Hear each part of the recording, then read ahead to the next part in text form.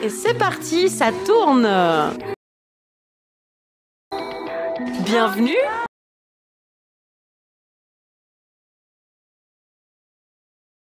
au premier étage à Paris. Aujourd'hui, on est entre femmes pour parler sans tabou. Accueillir aujourd'hui mon invité spécial pour cet épisode avec ce public, Noémie Delattre. Salut Noémie. Salut Paulette. Noémie, actrice, autrice, metteuse en scène, productrice. Tu as un nouveau spectacle qui est en cours actuellement, qui s'appelle L'harmonie des genres. Ton spectacle parle de couple, d'amour et de sexualité. Autant dire de sujets très intimes, mais en même temps très universels. Et ça tombe bien parce que moi aussi. On est 17 auditrices présentes ce soir. Si toi aussi, tu as envie d'être présent ou présente à un événement dans ta ville, tu peux rejoindre la communauté sur le site du podcast www.coletteseconfesse.fr. Bon, Noémie, est-ce que tu te souviens comment on s'est rencontrés ? Je te laisse. Non, alors non, tu vas voir, c'est pas du tout... on pourrait croire, mais non. C'est très triste en fait. Alors avec Noémie, ce qui est assez drôle, c'est qu'on s'est rencontrés plusieurs fois dans notre vie. 2 fois précisément. On a fait 2 rencontres, j'ai envie de dire vraiment 2 vraies rencontres parce que on s'est rencontrés sous 2 différentes facettes totales, toi et moi. Même 2 identités. Ah mais carrément. Ouais, on n'avait pas la même tête. Non. Et pour certaines, pas le même prénom. Alors, il s'avère qu'avant, moi, j'ai été assistante réelle dans le cinéma. J'ai fait 10 ans d'assistanat réel. Et avec Noémie, on s'est rencontrés sur un court-métrage ou un moyen-métrage. Oui, un moyen-métrage fauché. Oui, hein. Ça fait combien de temps que tu bosses dans le ciné, toi ? J'ai retrouvé mon premier cachet qui était en francs, signé par la SFP. Je sais pas si quelqu'un connaît ici la SFP. Ouais, c'est la Société française de production. Donc, ça n'existe plus. Ça date du Moyen-Âge. Et c'était le 28 novembre 1989. Ah ouais, Allez, bisous. la classe. Eh ben, bravo, Mon premier bravo. cachet. Parce que c'est beau, très beau. Voilà, je suis émue. Ça s'appelle la persévérance. Oui aussi, ouais, c'est beaucoup de travail, c'est clair. Mais il y a du talent, il y a plein de choses également. Merci. La deuxième fois qu'on s'est rencontrés avec Noémie, c'était donc dans un cadre tout à fait autrement, où elle m'a rencontrée, je m'appelais Colette, j'avais les cheveux courts. Toi aussi, t'avais les cheveux courts, et c'était dans le cadre d'une soirée que j'organise, j'organise différents types d'événements, des événements avec sexualité et des événements sans sexualité. Et il s'avère qu'on s'est rencontrés donc dans une soirée que j'organisais avec sexualité, qui s'appelle les soirées jeux, que Noémie, voilà, que j'appelle les goûter cul. C'est beaucoup plus direct. Voilà. Et à savoir que samedi dernier, on a fait un thème culinaire et que du coup, on s'est vraiment dit que goûter cul, ça commençait vraiment à nous coller à la peau. On a discuté et puis en fait, on s'est vraiment rencontrés finalement plus ce soir-là. Du coup, vous êtes là et c'est trop bien. Donc merci beaucoup. Il y a vraiment quelque chose en quoi je me suis grave reconnue. De toute façon, en vrai, depuis le début, je me reconnais de ouf en toi, Noémie. Ça, je te l'ai déjà dit en off plusieurs fois. Sur plein de choses, que ce soit la personnalité, le tempérament, la manière de... on appelle un chat, une bite, une bite. J'ai vu une phrase dans le livre que tu as écrit qui s'appelle Le Journal, qui est sorti en 2021, c'est ça ? Enfin, encore une fois, je me suis vachement reconnue. Et tu disais, j'aime l'idée que mon féminisme est né dans le plaisir, littéralement. Oui, c'est vrai. Parce que ça me plaît vachement, ça. Et je dis ça parce qu'en fait, je suis devenue féministe avec la maternité. Et que donc, on peut imaginer que c'est en tombant enceinte. Alors, je crois que cette phrase-là, elle était plus au début du livre. Mais dans les peut-être 50 premières pages. Et donc, t'étais pas encore... Non, c'est avec les monologues du vagin. Ah, c'est ça, exactement. Tu parlais des monologues du vagin. Les monologues du vagin et ensuite la découverte de la masturbation. Exactement, c'est ça. Que j'ai découvert très tard. Oui, il y a eu... en fait, juste ce qui est marrant, c'est que je suis aujourd'hui mon Wikipédia, donc que je n'ai pas écrit, dit évidemment que je suis, dit évidemment que je n'ai pas écrit, dit Noémie Delattre, figure du féminisme, genre fer de lance de la sororité et tout. Donc, je suis tellement fière. Ah non, mais je suis hyper fière de cette relation. Mais ce qui est drôle, c'est que parce qu'il est intéressant, plus que drôle, parce que je trouve que c'est ça dit quelque chose pour tous et toutes, c'est que il y a 10 ans, j'étais pas du tout féministe. Il y a 10 ans, je faisais partie de ces personnes ces femmes qui disent, ah, moi, je suis pas féministe, hein, je m'épile, je suis pas en guerre contre les hommes, ah, ça va, ah, non, moi, j'ai rien à leur reprocher, mais qu'est-ce qu'il y a? Je suis pas une harpie, voilà, je pensais que féministe, c'était un gros mot, c'était quelque chose de honteux, etc. Je faisais partie de ces femmes-là. Donc, j'ai fait tout un chemin, voilà. Et en fait, il s'est fait en 3 étapes, majeures. La première, ça a été d'interpréter cette pièce qui est les monologues du vagin. Je sais pas si voilà, qui est c'est vraiment un texte extraordinaire. Et en fait, en jouant cette pièce, donc tous les monologues, je crois qu'il y a 30 plus de 30 monologues, sont séparés pour 3 actrices. Donc moi j'avais à ma charge 10 monologues très divers, des drôles, des pas drôles du tout, des femmes âgées, jeunes, enfin il y avait plein de profils différents. Et en fait en jouant ce texte tous les soirs et en découvrant un public qui pour la première fois de ma vie ne disait pas bravo mais merci. Ouais, ça c'était dingue. Les gens disaient merci, étaient en larmes. J'ai connu mes premières standing ovations et je le prenais pas du tout, c'était pas du tout narcissique. Je voyais bien que les gens se levaient pas pour moi, mais pour le texte, pour le message, pour ce que ça racontait. Ce que j'ai découvert avec les monologues du vagin, ce que j'ai ressenti que j'appartenais. C'est marrant parce que j'ai l'émotion qui monte tout de suite. À tout moment, je peux pleurer sur cette idée. J'ai ressenti que j'appartenais à la communauté des femmes. J'ai ressenti que les femmes, on était un peuple, on était un groupe.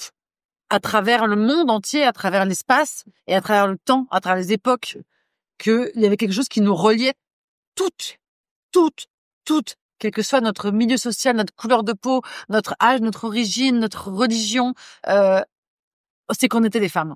Et cette expérience-là, de souffrance, beaucoup de discrimination, mais aussi de bonheur et de puissance, elle est indicible. Enfin, elle n'est partageable que par nous. Dans Femmes, tu disais tout à l'heure, toutes les personnes qui se considèrent femmes, je mets toutes les personnes qui se considèrent femmes. Je parle pas des organes génitaux, je parle de vraiment se considérer femme. C'est quoi être une femme? Et cette chose-là m'a bouleversée. Vraiment, je me suis sentie liée à des femmes mortes il y a 300 ans. Je me suis sentie liée à des femmes qui habitaient à plusieurs milliers de kilomètres de moi. Ça, c'est la première chose. La deuxième, c'était à mes 30 ans ou 35 ans. 35 ans. 30 ans, bref. Enfin, super tard, vu ce que je vais vous raconter. C'était les 30 ans. 30 ans, je te remercie. Où mes amis m'ont offert un god. Donc donc je suis vieille moi, et donc quand j'avais 30 ans, c'était le début de la démocratisation des sextoys, etc. D'ailleurs, on disait pas sextoys, on disait vraiment god. C'était Sonia Rykiel qui, la première, avait Boulevard Saint-Germain, donc tout près d'ici, dans sa boutique très chic, entre un t-shirt et une jupe, vendu un Jack Rabbit. C'est-à-dire, c'était la première fois que c'était pas nécessaire d'aller dans un sex shop glauque au fin fond, enfin, d'un quartier qui pouvait nous faire peur. Et là, on pouvait n'importe qui. C'est fou que ce soit Sonia Rykiel, je savais pas. Parce que c'était quand même extrêmement cher.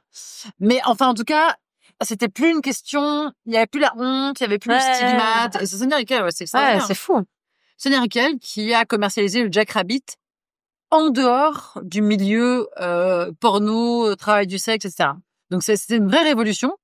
Et pour moi, bourgeoise de l'époque, ça a été la possibilité d'en acheter un et de s'en faire offrir un d'un coup à mon anniversaire.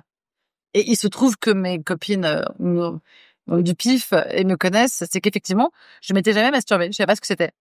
Je ne m'étais jamais masturbée de ma vie. 30 ans. Hein. 30 ans, parisienne, bourgeoise, accès à la culture, à tout. Je pensais que la masturbation, c'était un truc de moche. Je pensais que ça voulait dire, la pauvre meuf, elle a trouvé personne pour lui donner du plaisir. Elle est obligée de s'en donner à elle-même, la honte. Enfin, je pensais vraiment que c'était, honteux à ce titre-là, quoi. Et donc, j'ai découvert un plaisir auquel tu peux pas résister. J'ai découvert un plaisir qui se passe de ton consentement, de ta psychologie, de tes fantasmes. Genre, tu poses le truc, tu jouis. Enfin, c'est tout, quoi. Même si tu penses à ta liste de courses. Mais tu vois, c'est fou, ce truc. Donc ça, c'était la deuxième chose où j'ai fait, OK, d'accord. Qu'est-ce qui se passe? Et la troisième chose, ça a été des années plus tard, 7 ans plus tard, exactement, quand je suis tombée enceinte et que j'ai pu mesurer, enfin pas mesurer justement, ressentir dans ma chair, cette fois-ci, ce que j'avais déjà mesuré dans ma tête, mais sentir dans ma chair le sexisme, voire la misogynie de nos sociétés, du monde dans lequel on vit. C'est-à-dire que ce monde est construit contre les femmes, réellement. Et je trouve que tu le sens vraiment quand tu tombes enceinte. L'expression du coup tombe assez bien. Vraiment, tu tombes enceinte. C'est tu te casses la gueule, tu choisis et les gens te marchent dessus. Parce que socialement, rien n'est fait pour toi. Rien n'est fait pour toi. Rien. Je veux dire, pas l'entreprise, pas l'urbanisme, pas les transports en commun, pas les allocations, pas les médicaments, pas les médicaments. Ils sont, enfin, tu sais, sur les médicaments, il y a marqué ne convient pas aux femmes enceintes. C'est pas que ça convient pas, c'est qu'ils les ont pas testés parce qu'ils s'en battent les couilles. Ils savent qu'on tombe enceinte de toute façon, qu'on achète pas les médicaments de toute façon. Donc, ça ne leur rapporte pas d'argent de tester pour les femmes enceintes. Donc, ils ne le font pas. Donc, ça se trouve, on pourrait très bien les prendre, ces médicaments. Ils ne sont juste pas testés. Sa mère. Non, mais c'est quand même dingue, quoi. Et dans mon spectacle, effectivement, je parle, pour prouver à quel point rien n'est pensé pour les femmes, je parle de l'obstétrique, qui est quand même censée être la médecine qui accouche les femmes, hein. Et même ça, c'est pensé pour le ou la médecin qui va accoucher la personne. C'est-à-dire que accoucher allongé sur le dos, les jambes en l'air, à aucun moment c'est organique. À aucun moment c'est, enfin, je veux dire, essayer de faire caca allongé sur le dos, les jambes en l'air, vous verrez, non, ça marche pas. Ça s'appelle la gravité en fait. C'est un truc tout con, hein. Mais pour faire sortir un truc de soi, franchement, accroupi, ça marche vachement mieux. Mais on a choisi cette position pour que le ou la toubib puisse bien voir arriver le bébé, puisse être libre de ses mouvements et voilà. Voilà les 3 étapes de mon féminisme. Tu t'attendais pas à une réponse aussi longue. Elle va être longue. Non, pas du tout. On se reparle. Moi, il y a 2 choses sur lesquelles je voulais revenir, sans parler des bluets, hein, parce que moi, j'ai pu avoir quelqu'un qui restait par terre, qui avait le droit de rester, mais que par terre. Parce qu'il y avait pas vraiment de place pour pouvoir dormir. Donc, lui, il pouvait, mais rester par terre et moi sur un lit. Bon, ça veut pas forcément dire que c'était idéal, mais au moins, il y avait cette logique-là Et quand tu parlais du fait de ressentir l'un des 3 moments qui avait permis pour toi de te construire en tant que dans les logiques féministes et que la maternité en faisait partie, moi je partage complètement cela. Je pense que la maternité m'a permis de juste me rappeler que j'étais une femme. Pas juste que je partageais avec des femmes des soucis, parce que c'est un peu ce qu'on nous envoie, on nous renvoie, c'est qu'on doit être mère, on doit être responsable, on doit être etc. Mais il y a plus un côté responsabilité chiante que d'un côté assez génial d'être une femme, on peut être ensemble, on peut partager des choses, une sororité, pas du tout. Et le fait d'avoir un enfant, ça m'a un peu rappelé que j'étais une femme et que ça voulait dire quelque chose et que moi-même, en plus, j'ai eu une fille. Donc forcément, je me suis posé beaucoup de questions par rapport à ça. Et de se dire, à un moment donné, qu'est-ce que je peux lui transmettre en tant que mère, mais qu'est-ce que ça veut dire moi en tant que femme? Parce que le fait d'avoir un enfant, c'est une chose. Le fait de l'avoir eu tard aussi, parce que moi, j'ai eu ma fille à 42 ans, donc... forcément, effectivement, ce côté de grossesse gériatrique qui me donne envie de vomir, rien que l'idée, parce qu'on ne comprend pas. Les femmes ont toujours eu des enfants, même tard. On parle de grossesse gériatrique. Est-ce que tu peux expliquer en 2 mots pour peut-être celles ou ceux qui ne connaissent pas le terme? Oui, alors en France, c'est la première fois que j'ai entendu ça. Hein. Je pense que ça existe partout. Hein. C'est pas forcément français. À partir d'un certain âge, on parle de grossesse. 36 ans. 36 ans, ouais, c'est ça. C'est hyper jeune, 36 ans. Ouais. 36 ans, c'est la limite. 37 ans, c'est gériatrique. Ouais. Gériatrique, ça veut dire pour les vieux, en gros. C'est-à-dire une grossesse de vieux, de vieille. Voilà, plutôt parce que. Et donc les mesures sont pas les mêmes. Uniquement pour les femmes, d'ailleurs. On se pose pas la question de savoir si l'homme est jeune ou pas. C'est juste la femme qui elle-même est censée être vieille aux yeux du personnel médical qui va te suivre. Donc théoriquement, t'es censé être plus suivi, plus avoir des examens plus souvent. Est-ce que ça s'explique par le médical, ce terme? Enfin, je suis pas certaine. Je suis pas toute. Il y a certaines choses qui effectivement doivent être prises en compte. Il y a effectivement un taux de fausse couche plus élevé à partir d'un certain âge, mais il y en a autant. Par exemple, quand tu fais des PMA, tous les parcours de procréation médicalement assistée, ce qui était en plus mon cas. Donc moi, j'avais la double casquette de la vieille mère et de la mère qui peut pas faire ça toute seule. Oh là là, mon Dieu. Trop bien. Le fait de devenir mère, à un moment donné, ça m'a questionné sur qu'est-ce que ça veut dire moi en tant que femme et moi en tant que femme vis-à-vis de mes amis et vis-à-vis de mon enfant. Et le fait de me dire à un moment donné, peut-être que je dois aussi me poser la question de quel est mon plaisir, où est mon plaisir, et qu'est-ce que ça veut dire d'être une femme, pas juste parce qu'on a le droit à un moment donné d'avoir un enfant, parce qu'à un moment donné, un monsieur il est passé. Voilà. Qu'est-ce que j'en fais Et c'est vrai que le fait, je me posais beaucoup moins cette question, alors que des questions de féminisme dans le concept étaient quelque chose que je vivais. Mais le fait de le ressentir physiquement, de se dire, attends, aujourd'hui, qu'est-ce que ça veut dire d'être une femme ? Bah là, j'ai une concrétisation tous les jours de ce que c'est. Et comment ça t'a construite, du coup ? Ça m'a construite dans la difficulté. Dans la difficulté, malheureusement. Mon couple n'y a pas survécu, mais pas forcément parce que ces prises de conscience-là. Il y a eu d'autres choses qui font, mais je pense que ces prises de conscience-là, elles viennent aussi de ça. De se dire à un moment donné, je ne peux pas rester la même personne que je pensais être avant d'avoir cet enfant et avec tout ce qui va autour, parce que je comprends des choses à ce moment-là. Je comprends que je ne suis pas la même personne, que j'ai le droit d'avoir du plaisir, que j'ai le droit d'en donner. Ça ne veut pas dire qui je suis ni comment je suis. Mais tout ce genre de choses, c'est des questions que je ne posais pas avant. C'est juste la question que je me posais avant, c'est comment je peux donner du plaisir à quelqu'un d'autre. Donc tu veux dire que ta grossesse, quelque part, t'a permis de te rendre compte de ta féminité de manière holistique, donc de manière entière. Tout à fait.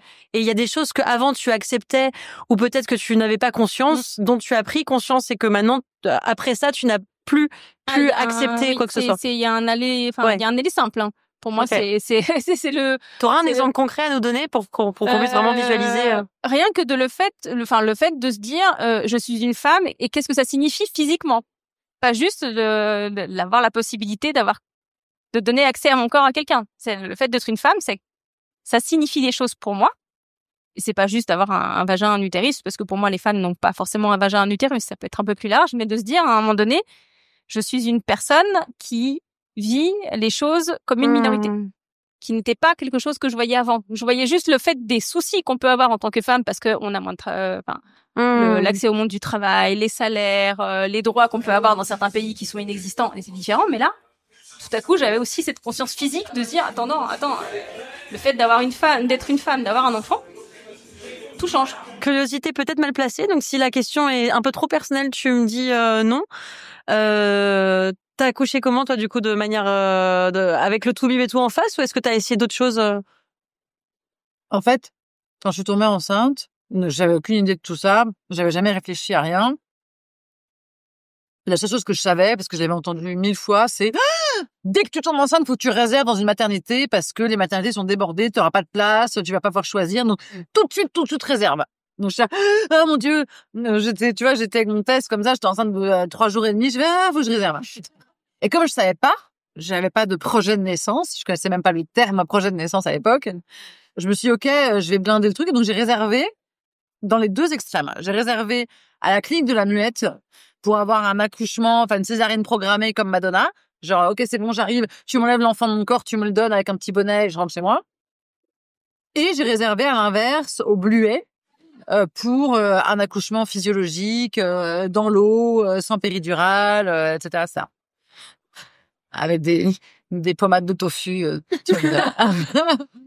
Et voilà, donc j'ai réservé dans les deux, et ensuite, je suis allée les rencontrer pour faire mon choix.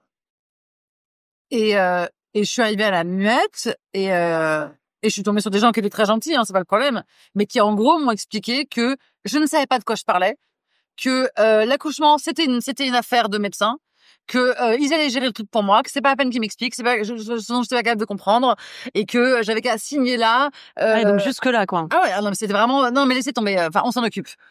Tu vois, c'était vraiment genre il s'agit d'envoyer une navette spatiale sur orbite, non vous n'êtes pas compétente, c'est-à-dire à quel moment il me semblait que c'était ma chatte, mon utérus, mon enfant, mon corps, mais j'ai dû me tromper quelque part.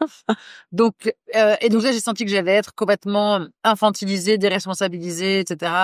Ce qui sont, et encore une fois je ne juge pas du tout, il y a des femmes, et je comprends très bien, qui ont besoin de ça à ce moment-là, qui ont besoin d'être totalement prises en main, prises en charge, qui ont besoin de pas avoir la responsabilité, et vraiment je le comprends très bien, chacune son histoire, et aucun problème. Moi c'est l'inverse, moi c'est vraiment mon bouton qui me rend folle.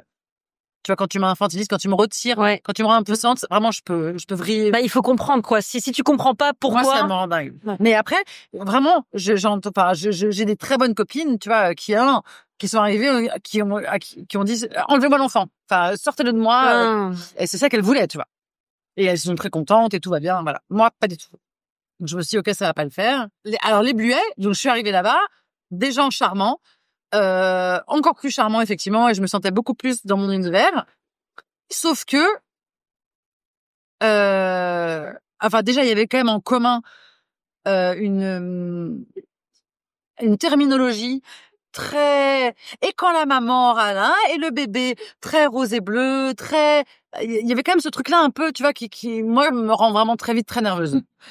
Mais tout allait bien, et donc je m'étais dit ok, ça va être là, et j'avais 2 questions importantes qui étaient est-ce que le papa peut dormir avec moi, enfin c'est-à-dire que moi dans mon idée, genre j'accouche d'un enfant qui va avoir deux parents, et séparer le père de l'enfant qui va naître, pour moi c'est lunaire. Et donc non seulement elle me répond non, mais surtout la raison pour laquelle elle me répond non, là, me fait vriller. Elle me dit non, imaginez, on ouvre la porte et il est tout nu. Et je dis, c'est-à-dire que vous comptez ouvrir ma porte sans frapper? Parce que pour moi donc est vraiment, tu vois, là, elle me dit et là je me dis ok, donc ça va être tout ce que je déteste dans l'hôpital, dans le machin, cette espèce d'infantilisation et tout. Voilà. Et deuxième question, je lui dis, est-ce que, moi je veux être certaine que là je vais discuter avec une personne qui va m'accoucher. Elle va me suivre, cette personne va me suivre pendant 9 mois, on va avoir un projet, etc. Est-ce que je peux être assurée que ce sera cette personne qui va m'accoucher, celle-là et personne d'autre, et qui restera tout le temps? Et là, elle me dit, non, excusez-nous, on a une vie aussi, on a des services qui durent 8 heures, donc si votre accouchement ne dure plus d'8 heures, il y aura un changement de service. Et donc elle, en fait, je la comprends, je lui en veux pas. Je vois dans quelle économie, et je pèse mes mots, elle se situe. Mais moi, j'étais en fait non, ça va être le moment le plus important de ma vie, je vais être vulnérable comme Jaja. Non, en fait, il faut être couché avec des inconnus, quoi. Que d'un coup, on lève les mains du moteur, changement d'équipe, et que des gens que je connaisse pas viennent mettre leurs mains dans ma chatte. Enfin non, il y a pas moyen, quoi. Il y a pas moyen. Et donc je sors de là en me disant ça sera pas les Bluets. Qu'est-ce que je fais? Parce que c'était impossible pour moi. Enfin, tu vois, l'idée que le père soit séparé de l'enfant 1 heure après, si j'accouche à la nuit, tu vois, et que je ne peux pas savoir qui va m'accoucher au final. Pour moi, c'était vraiment impossible. Et j'en parle à toutes mes copines qui avaient déjà accouché, qui me disaient c'est comme ça, tu sais. Et on va tout leur discours. Alors c'était encore une fois des femmes éduquées, intelligentes, fortes, etc. Leur discours à toutes, c'est c'est comme ça, hein. Tu peux pas choisir. C'est la vie. Qu'est-ce que tu crois? En gros, c'est t'accoucheras dans la douleur. Les meufs se mettaient à citer la Bible sans même s'en rendre compte. Enfin, tu vois, le côté non, c'est comme ça, hein. Alors moi, la phrase c'est comme ça, si tu veux, autant me dire, autant me donner une arme chargée, quoi. C'est comme ça. Et donc j'ai commencé à me renseigner, et là je me suis souvenue, il y a hyper longtemps, un couple de voisins-voisines qui habitait au-dessus de chez moi. Elle avait accouché, elle avait une grossesse gériatrique à 42 ans. Et j'essaie de faire un enfant à 47 ans, là, hein, juste, tout le monde rigole. Donc, je sais pas ce que c'est, du coup. C'est une grossesse post-mortem, je sais pas. Et bref, et je me souviens de ces gens qui m'avaient parlé d'un truc qui s'appelle le groupe naissance. Je me souviens qu'elle avait accouché de manière, que c'était génial, etc. Et je me souvenais que c'était au métro Parmentier. C'est post-mortem, mais bref. Et je sais, j'avais des souvenirs épars et tout.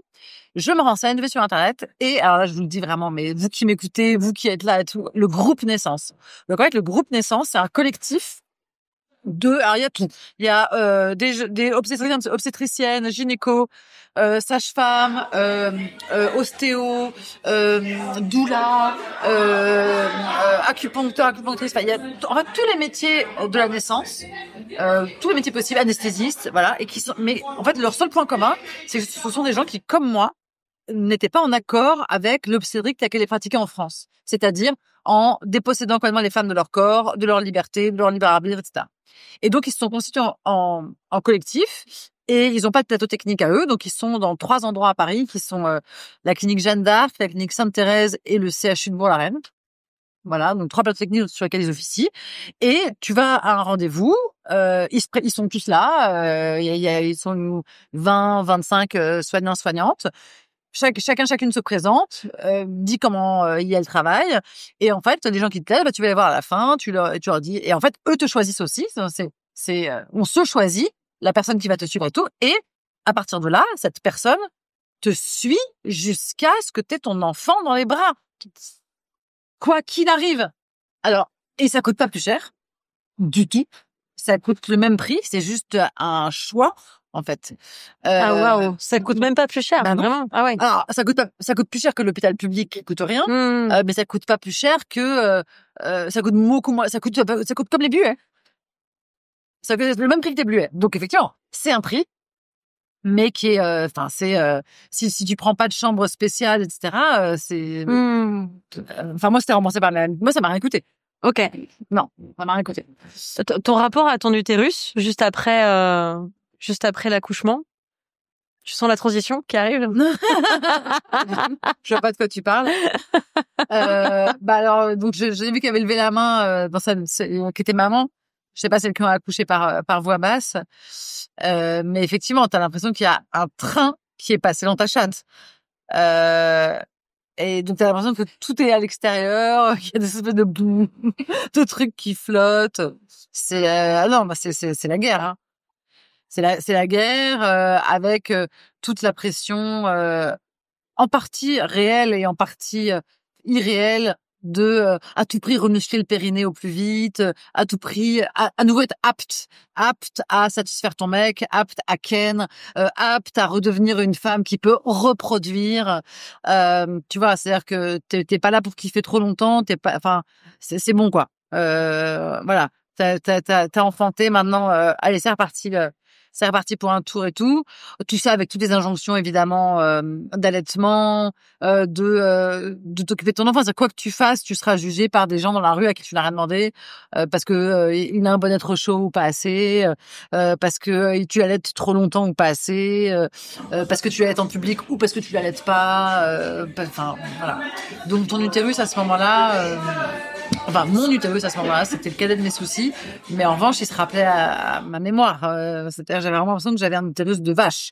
Et ça tombe bien que tu parles de ça parce que c'est un sujet sur lequel tu reviens souvent, j'ai l'impression, le fait que souvent tu as eu ce ressenti en tant que femme, ou peut-être que tu en ressentais le besoin de troquer quelque part ta sexualité pour recevoir de l'amour.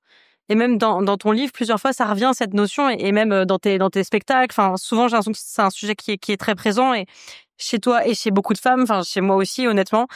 Et c'est le fait de, voilà, tout ça, je le fais pour faire plaisir, pour être une bonne petite baiseuse. Et là, je reprends tes mots. Qui aura peut-être droit à un peu d'amour comme salaire. Alors ça, pour le coup, c'est pas dans le cadre de la maternité. Non, ça, ouais. Pour moi, non, là j'ai fait un shift. Ah, t'as fait un gros shift. Non, mais c'est. Non, ça me va. Mais non, mais dans le sens où tu disais, justement, j'ai l'utérus en vrac, mais il faut pas que ça dure trop longtemps parce qu'il faut faire plaisir à mon mec. Tu vois, on y revient quand même aussi quelque part. Oui.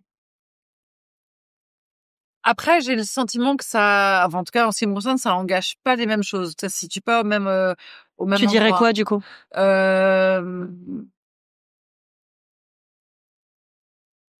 En tout cas, je dirais que dans mon expérience, ça s'est pas situé au même endroit de la relation, et donc pas avec la même personne. C'est-à-dire que le sexe, pour avoir de l'amour en salaire, c'est justement au moment de la rencontre, c'est au moment du début de l'histoire.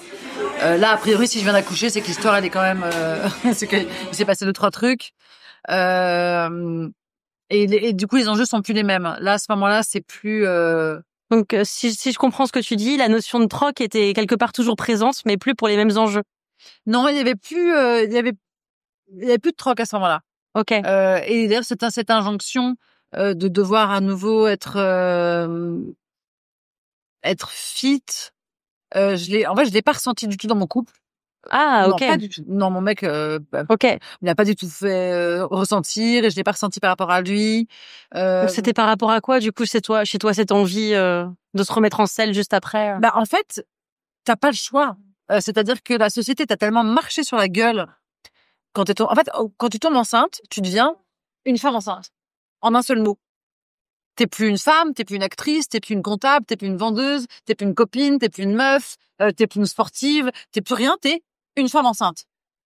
T'as plus droit à rien. En fait, et dans mon métier particulièrement actrice, autant te dire que je me suis fait rouler sur la gueule.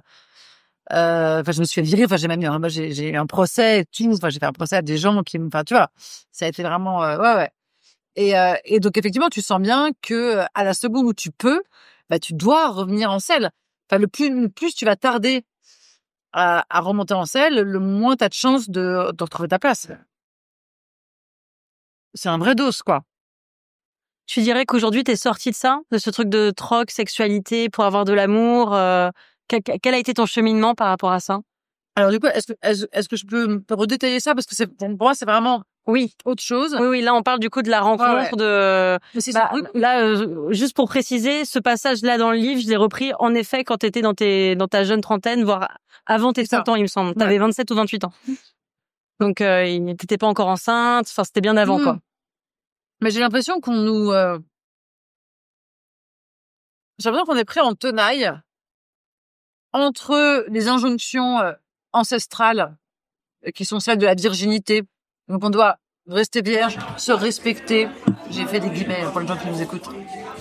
Se respecter, coucher avec le moins de gens possible, et dès qu'on trouve quelqu'un, se mettre en couple, faire des enfants, être une bonne mère. Enfin, la Vierge, quoi. La Vierge et la Madone qui sont la même, hein, puisque Marie a quand même réussi cet exploit de faire un enfant sans Ken.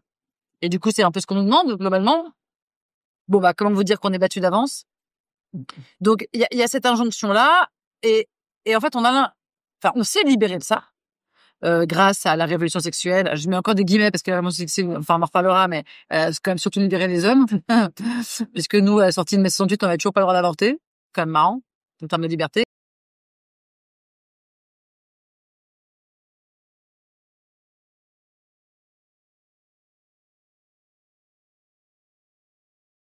Que pouvoir baiser n'importe qui, n'importe quand, de n'importe quelle manière, ça faisait de nous des femmes libres. Le fait de dire t'as pas le droit de faire ça, c'est un truc de salope, de coucher avec plein de gars, de se faire prendre le vrai, de tailler les pipes, j'ai toujours été très contre ça. Donc lutter contre me semblait être la preuve de ma libération. Jusqu'à ce que je me rende compte que dans ce que je croyais être une libération, en fait, j'étais toujours esclave, mais une autre forme d'esclave. J'étais esclave du plaisir masculin. C'est-à-dire que j'étais là, en fait, à baiser avec des gars qui se demandaient pas si je prenais la pilule, qui mettaient pas de capote, qui prenaient pas la peine de me rappeler. Et en fait, c'est moi qui gérais tout. J'étais pas libre du tout. En appuyant sur ce bouton-là de mais t'es une femme libre ou pas, t'es machin, etc., faisait que je me faisais troncher. J'emploie exprès un mot trash parce qu'en vrai, c'était ça. Je choisissais pas les gars. Je choisissais pas la manière, je choisissais rien en fait. Et pour qui le pire ne se rendait même pas compte, sûrement, parce qu'eux ils disent non, mais t'es libre, je suis libre, fais ce que tu veux. Bien sûr. Mais du coup, la pilule j'y pense pas parce que ça c'est ton truc. Et du coup il y a pas de partage des responsabilités. Enfin il y a la liberté finalement, elle est dans quel sens quoi. Et puis il y a ça, et puis on a baisé tous les deux ensemble, on connaît pas notre prénom, etc. Lui, c'est un queutard, il a scoré ce soir. Moi, je suis une pute, et plus jamais j'aurai le droit de citer dans cet endroit-là. Alors qu'on a fait la même chose ensemble. Donc, il y a vraiment une espèce d'inégalité très forte. Et quand je me suis rendu compte de ça, de l'autre versant de la tenaille, je me suis dit, mais il est où notre espace de liberté en tant que femme? À quel endroit on peut être libre et heureuse et avoir la sexualité qu'on veut dans les conditions qu'on veut. Je dis pour les gens qui nous entendent, les femmes que j'ai en face de moi ont des airs très graves. Et non, mais et je sens que c'est que ce que je dis, c'est pas drôle quoi. Ouais, ça parle, et ouais, j'ai l'impression que c'est vraiment une expérience. Je parlais de la communauté des femmes, du peuple des femmes. Je crois que c'est vraiment une expérience tristement commune. Et est-ce qu'il y en a qui veulent faire un ou deux partages d'expérience, lever la main? Ouais. Et si je peux rebondir aussi sur ce que tu disais tout à l'heure, Noémie, cette espèce de pression de la performance au lit, d'être féministe, mais de se dire, je suis féministe, mais pas comme les autres, je suis pas chiante comme les autres nanas, moi je sors du lot. C'est cette espèce de queen bees d'écraser les autres pour essayer de sortir du lot, dont j'ai honte, mais que j'ai pratiqué. Oui, non, mais moi j'ai un diplôme de la pipe, je suis très fière de savoir le faire, c'est génial, hein, mais en vérité, c'est quelque chose qui est pas très complexe, on va dire, qu'au final, ça ne m'apporte rien personnellement, si ce n'est, comme tu disais tout à l'heure, négocier de l'amour. C'est en fait, voilà, on donne pour recevoir, mais en fait, nous, tout le monde s'en fout de ce qu'on ressent. Moi, ça fait depuis que j'ai 16 ans que j'ai commencé ma vie sexuelle active. C'est ce que je racontais tout à l'heure quand on était dans nos échanges. Je me suis jamais demandé est-ce qu'un mec il va savoir s'occuper de moi pour me faire jouir. J'ai la flemme de faire leur éducation. J'ai expliqué 1 milliard de fois ce qu'il fallait faire. Ça va trop vite, ça va pas assez vite, ça va trop fort, la langue dure. Enfin, j'en ai marre en fait, j'en ai vraiment marre. Et ce qui fait que maintenant, je fais mes trucs toute seule pendant que je suis avec quelqu'un. Et on parlait tout à l'heure de la pénétration. Est-ce qu'on aime ça? Je sais que j'aime ça factuellement quand c'est violent, etc. Mais c'est un peu comme se mettre au sport, quoi. Le plus dur, c'est de mettre le jogging. Mais c'est vrai qu'il y a parfois où je me dis, mais en fait, là, j'ai pas envie de me faire pénétrer. J'ai la flemme de me stimuler intellectuellement pour penser à un truc qui m'excite parce que sinon je vais être sèche et monsieur va se plaindre ou va falloir mettre un lubrifiant, et puis je pense déjà au lendemain, peut-être des inconforts intimes que je peux avoir parce que le pH a été dérangé, parce que monsieur n'a pas lavé ses mains, parce que monsieur a fumé une clope, mais ça le dérange pas de faire un tuni, qui est même pas bon en plus, mais bref. Faut lui laisser faire parce que, enfin, j'ai l'air un peu agressif comme ça, mais faut lui laisser faire parce qu'en fait, on n'a pas le choix de dire, non, j'aime pas ça. Mais non, mais si, je vais te montrer. Non, mais je sais que j'aime pas ça. Tu fais mal. Enfin, flemme, en fait. Flemme de te réexpliquer comment faut faire. Et, voilà, enfin, je pousse ma gueulante, mais c'est pas évident d'être une femme, et à la fois, c'est génial. Mais comme parfois, j'ai des conversations avec des copines qui ont pas forcément trop eu l'occasion de se découvrir, etc. Et je leur parle du pot de mot de douche, et je leur dis, mais c'est une dinguerie. Faut vider faut baigner la baignoire tellement c'est orgasme sur orgasme, et c'est incroyable.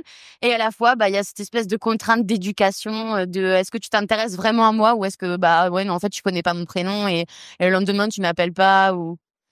Il y a tout cet aspect, vulnérabilité de oui, ok, je suis une femme libre, mais j'ai le droit quand même au bout de 6 mois peut-être de m'attacher à toi et de vouloir construire. Et puis en fait, non, moi je suis pas prêt à m'attacher. Ok.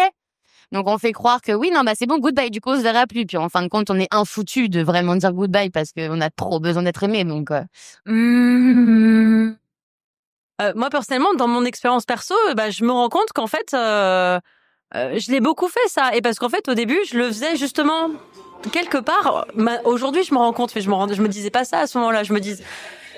Aujourd'hui, je me rends compte qu'en fait, c'était une envie un besoin de validation que j'aurais jamais formulé ça avant. Mais maintenant, je me rends compte que oui, j'avais besoin de sentir que je le séduisais, que je faisais plaisir, que j'étais une nana qu'on avait envie d'avoir dans son lit, et que du coup, même si moi finalement je savais pas trop ce que j'avais envie de faire, peut-être que dans le doute, ça va être bien, et que du coup je vais me laisser faire. Mais ce qui est problématique finalement, c'est que où est le consentement là-dedans? Finalement, moi, j'ai jamais dit au mec, j'ai grave envie, machin. Juste, j'ai fait ma meuf passive. Et si on veut que les choses changent, c'est aussi à nous de changer ça dans notre attitude. Tant qu'il y en a qui simulent, d'entre nous, tant qu'il y en a qui disent, ah oui, je kiffe, les autres, on est baisés. Parce que si on dit, non, moi, je kiffe pas, on devient la relou, la frigide, et c'est nous qui avons un problème. Et en fait, mais moi, je dis ça, moi, j'ai pas été capable, je pense pas être une bonne alliée là-dedans, hein. Je pense que j'ai beaucoup plus de fois dit oh oui, c'est bon, alors que je le pensais pas, juste pour être validée, juste pour pas passer pour la relou frigide, etc. Donc vraiment, je m'incrimine en premier lieu, mais je pense que ça serait vraiment comme ça, le mec qui va me faire des câlins après, ça va être bien, voilà, il faut passer à autre chose. Tu veux le garder, quoi. Tu veux le garder, tu veux pas prendre le risque d'être têche, parce que effectivement les mecs, après faut les comprendre, sur 10 nanas avec lesquelles ils vont ken, il y en a 9 qui vont dire oh oui, ta grosse bitch, j'adore. Donc les mecs se disent putain, je suis un king, et quand ils tombent sur toi et que tu fais ouais bof, ils disent ma pauvre, t'es frigide. Ou t'es chiante, elle est chiante celle-là. Tu vois, t'es féministe. Oui. Évidemment, ça c'est cadeau. Mais donc en vrai c'est super compliqué, et je crois qu'il y a vraiment une espèce de cercle vicieux du mensonge qu'on entretient nous femmes hétéros malgré nous. Je dis qu'on l'entretient, mais ça veut pas dire c'est de notre faute, vraiment. En fait, nous on fait ce qu'on peut dans ce système pourri, donc c'est pas de notre faute. Mais il se trouve que dans ce système pourri dans lequel on fait ce qu'on peut, on se retrouve à entretenir notre propre prison. On est conditionné. Ce qui va faire que le gars en face, en fait, on va pas être capable de lui dire plus à gauche plus à droite. Et toi, moi je t'envie, je t'admire, d'être, de vous dire les choses et tout. Ouais, moi, je découvre là seulement, pour la première fois de ma vie, et c'est grâce au mec avec qui je suis et à des années de psychothérapie que j'arrive enfin à dire ouais.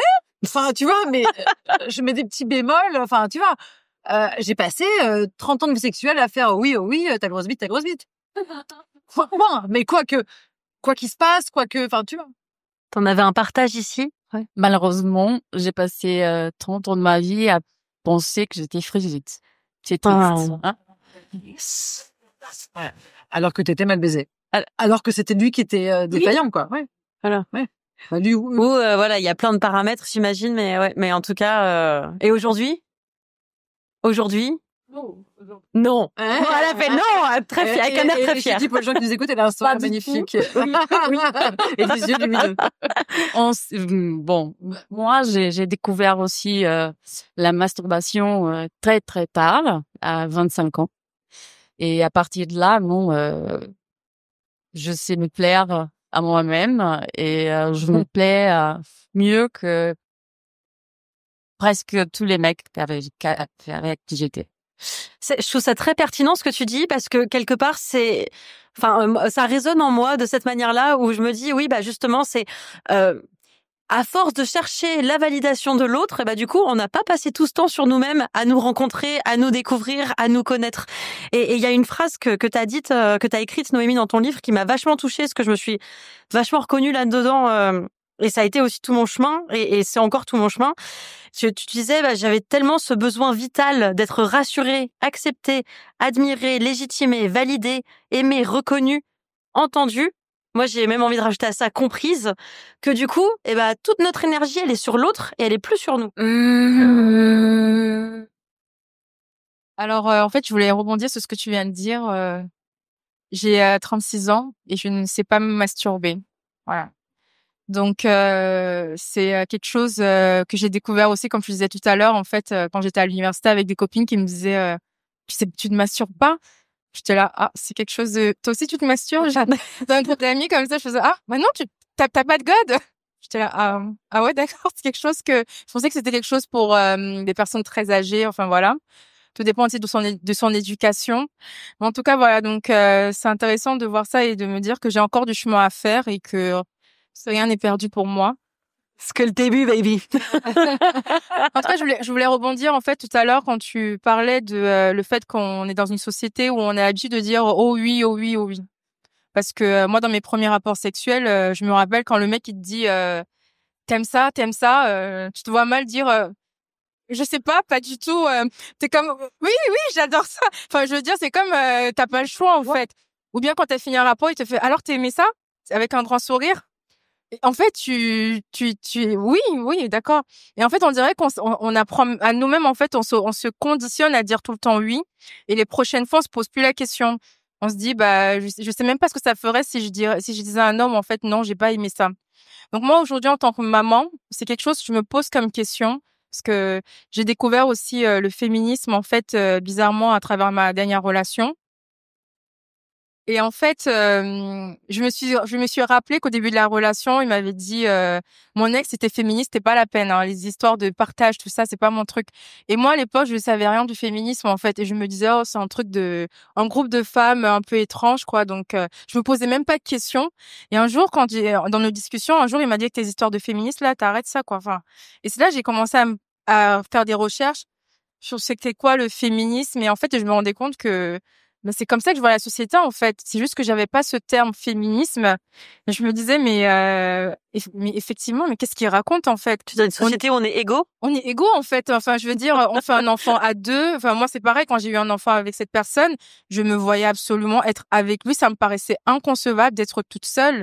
Et puis, bon, après, j'ai compris, comme on parlait de féminisme et tout, que, une fois qu'on a accouché, tout repose sur nous. Voilà. Les pleurs, l'allaitement, s'occuper de l'enfant. Enfin, il m'a dit un jour, c'est à la femme d'en s'en occuper, en fait. Enfin, quand on faisait un enfant ensemble, je pensais que c'était moi qui allais faire ci ou ça. Enfin, bon, moi, je l'ai découvert, sur le tard. Enfin, j'avais pas le choix. Mais aujourd'hui, en tant que femme, et je comprends un petit peu mieux la société, et je comprends que le monde est contre les femmes. Je suis tout à fait d'accord avec ça. Quand on fait un enfant, en fait, il nous appartient même pas alors qu'on l'a désiré au départ.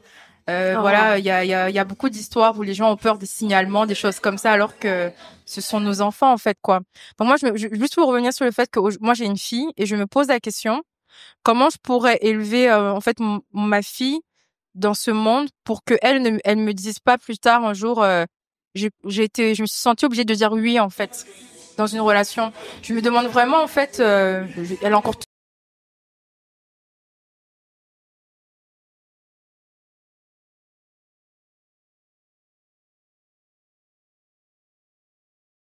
nos parents nous ont transmis, mais comment je pourrais faire pour que ma fille, quand elle arrive en âge de faire l'amour et qu'elle ressente l'envie, qu'elle puisse dire ça me convient pas et qu'elle ne repasse pas par les mêmes traumas en fait qu'on vit tout le temps. J'ai pas la réponse, mais c'est vrai que c'est une question en tant que maman et femme qui me trotte souvent en tête dans cette société.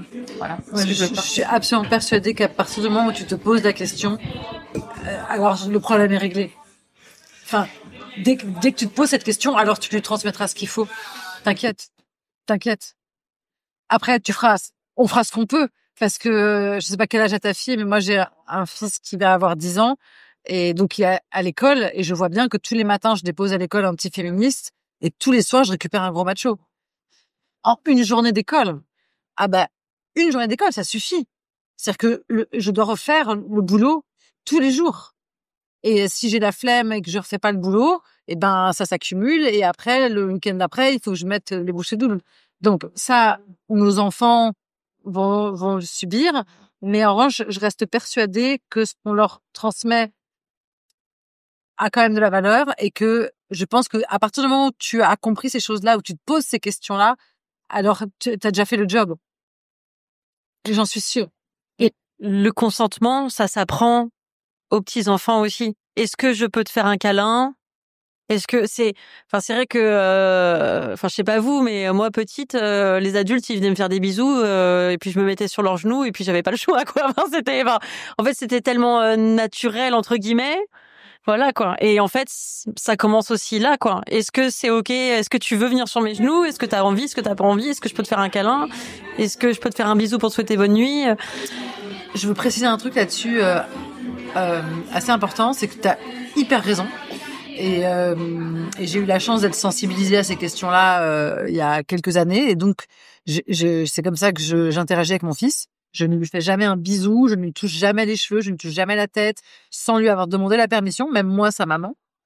Évidemment qu'il a jamais l'obligation de faire des bisous à qui que ce soit, ni des câlins, ni de voilà. Il a l'obligation d'être poli, donc de dire bonjour, mais c'est tout. Enfin, bref. Et je lui répète toujours que son corps est son corps, etc. Mais je tiens quand même à dire à tous les parents qui se lancent là-dedans que c'est super dur. Parce que le résultat, c'est que mon fils, à 6 ans, quand je dis brosse-toi les dents, il me fait « Non, c'est mon corps !» Voilà. Et que je dois négocier chaque putain d'action. Ça doit être fatigant. Non, mais c'est-à-dire que et je suis fière de lui donner cette liberté-là, mais il faut savoir que l'éducation à l'ancienne où tu imposes à tes enfants, c'est reposant. Hein. C'est-à-dire que alors t'en fais des enfants qui sont non pas éduqués mais dressés, et c'est les futurs violeurs de demain et les futurs violés de demain. Enfin, c'est l'enfer. Il y a aucun souci, mais au moins t'as la paix. En tant que parent, je dis pas qu'il faut le faire, hein, bien sûr que non. Mais je dis que il faut pas se mentir sur le fait que l'autre chemin, le bon chemin, il est dur, fatigant, semé d'embûches, et qu'en plus il y a pas de modèle, et que l'école est pas faite pour ça. Donc t'es seul face à l'école, t'es seul face au médecin, t'es seul. Tu vois, t'arrives chez le médecin et il touche ton. Alors pardon monsieur. Et si, tu vois, pareil à l'école. Enfin, tu passes ton temps à lutter contre la société seul. Parce que vraiment 90% des gens ne fonctionnent pas comme ça, et du coup tu donnes, et c'est formidable, une liberté à ton enfant qui va très vite se retourner contre toi. C'est-à-dire que tu vas devoir justifier. Alors est-ce que tu lui expliques à ton enfant pourquoi il faut se brosser les dents? Parce que finalement c'est comme toi avec l'hôpital. Oui, sauf qu'il est pas d'accord. Il n'est pas d'accord avec ce que je lui dis. Il me dit mais je vais remanger il me dit je vais remanger dans 2 heures. Ça sert à rien de me brosser les dents. Viens, laisse-moi, je me brosse les dents après le déjeuner, tu vois, c'est le week-end. Je dis mais non, et je me retrouve à devoir dire des phrases qui sont parce que c'est comme ça. Ah oui, bah oui. Évidemment qu'il n'accepte pas. Je lui ai appris à pas accepter parce que c'est comme ça. Donc il me renvoie la gueule, je dis bah non. Et je suis là. Mais t'as développé un garçon avec du sens critique. Ouais. Franchement, c'est cool en vrai. pour revenir sur ce que tu disais, moi, ce qui me vient en premier, c'est vraiment le fait d'éduquer de façon précoce, même si j'aime pas trop ce terme, au consentement, c'est-à-dire de donner une forme d'exemplarité. Et en fait, je me souviens d'un post que Noémie, tu avais mis sur Facebook il y a quelques mois, et il y avait le terme adultisme. Et en fait, j'ai pris conscience qu'on traite les enfants comme les femmes et comme les animaux. Et à ce moment-là, j'ai eu une espèce de prise de conscience que moi, donc j'ai un petit garçon, donc c'est une autre problématique parce que quand on élève un garçon de façon féministe, on a peut-être la sensation de lui ôter des privilèges et donc d'être une mauvaise mère, alors que éduquer des filles de façon féministe, c'est quelque chose qu'on fait de façon peut-être plus naturelle, mais qui n'est pas facile. Et du coup, en fait, moi, quand j'ai lu ton post, j'ai eu une révélation parce que je me suis dit, si moi je traite pas mon enfant comme moi je voudrais qu'on me traite et comme j'ai envie de traiter les animaux, parce que j'ai l'impression qu'il y a une espèce de continuum. Donc la seule chose que je peux dire moi, et je confirme ce que dit Noémie, c'est que c'est un combat de tous les jours contre ses propres tendances, de facilité, de toucher la tête de son enfant, mais de dire mais non, en fait c'est l'autre. Donc même si c'est mon enfant, c'est l'autre. Donc je lui demande, même s'il a 5 ans, je lui demande. Donc c'est pas facile, mais je trouve que c'est une forme de respect tellement élevée que tu as pour toi-même. Enfin, moi je trouve qu'il y a une espèce de miroir entre comment toi tu te respectes peut-être plus en tant que femme et comment tu respectes ton enfant.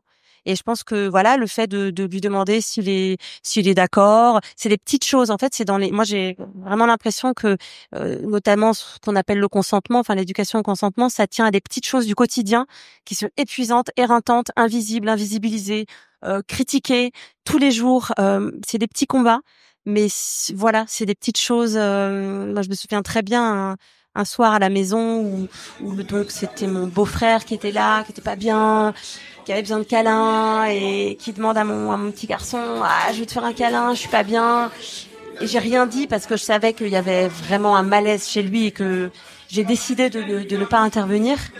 Et après, on a eu une discussion avec mon conjoint parce que je lui dis mais là en fait, moi j'ai rien fait parce que j'avais peur d'avoir un suicide sur le dos. Enfin, mais en fait, c'est pas possible d'obliger un petit garçon, une petite fille à faire un câlin parce qu'un adulte va pas bien. Et c'est une vigilance permanente qu'on n'ose pas forcément s'appliquer à soi-même parce qu'on est habitué à être aliéné avec des petites choses de tous les jours. Et je pense que les enfants, ils sont un peu... moi, je m'identifie beaucoup à mon enfant, même si c'est un garçon, parce que c'est un être qui est un petit peu comme ce corps de la femme enceinte, objet public, on peut le caresser, on peut le toucher. Et voilà, moi, j'ai un tel respect pour lui en tant qu'autre que j'aime, que j'ai de précautions qui peuvent sembler ridicules, mais qui sont pour moi essentielles, en fait. Enfin... Je vais rebondir parce que moi, j'ai une fille de 25 ans, je crois, et qui a grandi comme ça, c'est-à-dire de cette façon-là, qui disait à 3 ans, non, mais c'est mon corps, hein. Je fais ce que je veux, en fait. Moi, j'étais derrière en train de me dire, ouais, c'est bien, tout ce que moi, je faisais pas, je veux qu'elle... Et à 18 ans, je la regardais avec des yeux au droit et elle m'a dit, mais c'est quoi tes histoires de féministes? Tu saoules, en fait, il y a pas de problème. Tout le monde est égal. Et je me suis dit, waouh, elle vit déjà dans le monde d'après grâce à moi. Parce que moi, j'ai jamais vécu dans ce monde-là. Pour moi, il y a des choses différentes. J'ai grandi dans du patriarcat pur et dur et je m'en suis très doucement et gentiment détachée. Voilà, un vrai parcours de vie. Mais elle, non. Mais elle est la génération suivante. Alors maintenant, elle a 25, 26 ans, donc elle a 26 ans bientôt, dans quelques mois. Et c'est la fille que j'aurais voulu être, en fait, honnête. C'est très chouette. Et le consentement, tu trouves il est acquis chez elle? Une force. C'est fascinant. C'est exactement tout ce que j'ai pas été, tout ce que je peux pas dire que j'espérais parce que bon. T'aurais un exemple concret à nous donner? Tout, c'est pire qu'un mec. Je peux pas dire mieux. C'est elle d'abord, peinarde avec. J'aime pas trop fait qu'on dise ça. Attention. Oui, alors avec le jugement. C'est pour rire, mais en fait, non, elle est vraiment occupée par elle. occupée par ses passions, les choses qui l'intéressent et tout ça, mais occupée par l'autre. Elle a un rapport au couple qui est bien meilleur que le mien, alors que j'ai 15 ans d'analyse derrière moi, etc., tout ça. Non, elle, c'est simple, c'est clair, et ça marche. C'est pas qu'elle est peu adaptée, mais c'est vraiment cette nouvelle génération où, non, tu ne marches pas sur les pieds, en fait. Juste, tu la saoules pas, tu passes pas par là.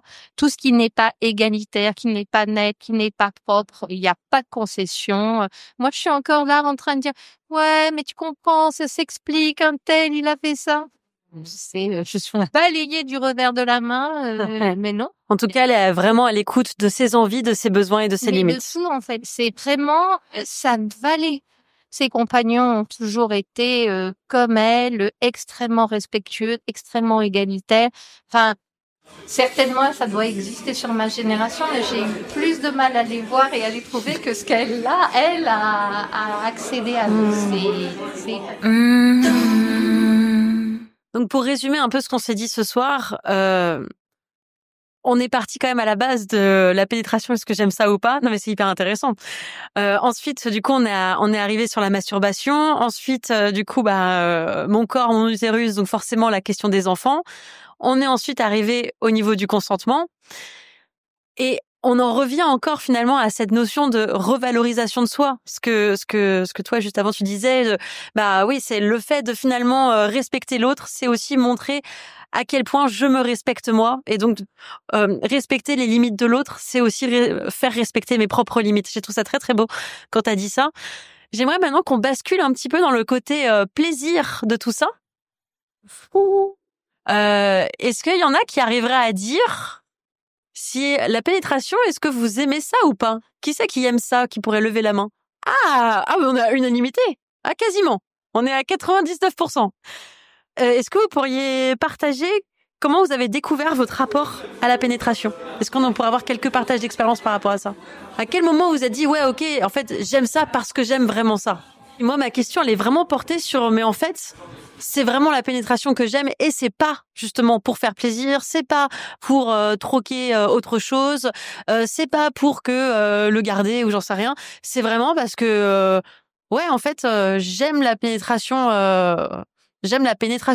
et parce que on en connaît quand même des histoires de plein de nanas qui disent, mais en fait moi la pénétration c'est pas mon truc, je préfère largement que quand ça reste au clito, etc. Moi j'aime la pénétration quand il y a pas que la pénétration.